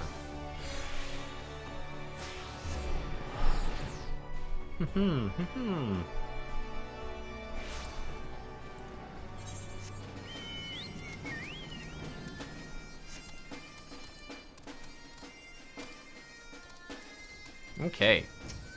So this is where we are. Exchange for crystal sand. Gatherer ones. Ooh, we got a good few hits. 40 bits of sand? No, 16 handfuls of sand. Okay. Turn on all the scripts. Can we do it? Yes. There we go. Okay, we got them. Have no crafter scripts left. Okay. Foster the animate's growth. 16 hit. Oh, we're actually, I've almost used up my Umbrite. We're still only getting 3 thingies for each. Oh, that one. Bonus plus 3. Bonus. Bonus plus 2. Bonus plus 1. She's having a great time. Bonus. Give me them bonuses. Oh. Oh. Are we gonna make it? I don't think so. But it's close. Oh, it's not that close. Boom. Okay. We need another good chunk. I think I'm gonna need more Umbrite. I don't think I had enough. Less than 1/4 of the way to go. I know we're getting there. Another ocean fishing, we're 3, and we might be there. We're almost there. Cool. And I've got a lot of the stuff for the follow-up quest, for the follow-up steps, I think. If I have them still on me. I'm not sure if I do. Umbrite's almost gone. Oh, maybe I don't have them on me. I think I have the new mites and stuff, though. I hope I didn't sell it. That would be embarrassing. Oh, no, there we go. I've got some singing clusters, and I've got some new mites. I think, do we need more? How many singing clusters do I need? I've got a bunch of poetics now. I could buy stuff. You buy more singing clusters. We need like 50 or something. 15 Numite, I think, is how much we need. We need 50 singing clusters. Let's see if we can get them right now. But we've got a whole lot of the items in advance here. It's pretty good. Special arms, singing cluster. So I need 13 of these. I think I can get that. Oh, easily. It's super cheap compared to some of the other stuff. Might need more Umbrite, which would suck, but there we go. So yeah, I've got a bunch of the stuff. Hey. Whoo. So yeah, we should be making good progress on this weapon soon. Hopefully you'll start flying through some of the steps. But guys, I tell you what, I have to go because I've got a WoW raid. Again, we're starting early today, unfortunately. We have to start early today because there's like a server reset. So we saw like heroic boosts on Wednesday. So I gotta go do that. Thank you all for watching. I may be free this evening, but I may not. I'm not sure. I might be meeting my sister. So if I'm meeting my sister, I won't be on. If I'm not, because she hasn't confirmed, then I will come on and we'll do some Pathfinder later. We'll see. We'll see. And anyway, we will be playing Final Fantasy tomorrow. So tomorrow, the goal is to do main scenario quest, question mark. Should be good. So 4.2. So yeah, we will do 4.2 tomorrow. Hopefully in its entirety, if we have time. That's the plan for tomorrow. We'll be patch 4.2, make some MSQ progress. And then I think when we finish 4.2, we'll then move into the return to Evilise raids. So the raids around Final Fantasy XII and Tactics, the Alliance raids, we'll go into that. then after, and that will probably take us a couple of days at least. So I will see you then. Thanks for watching, everyone. See you tomorrow. Bye-bye.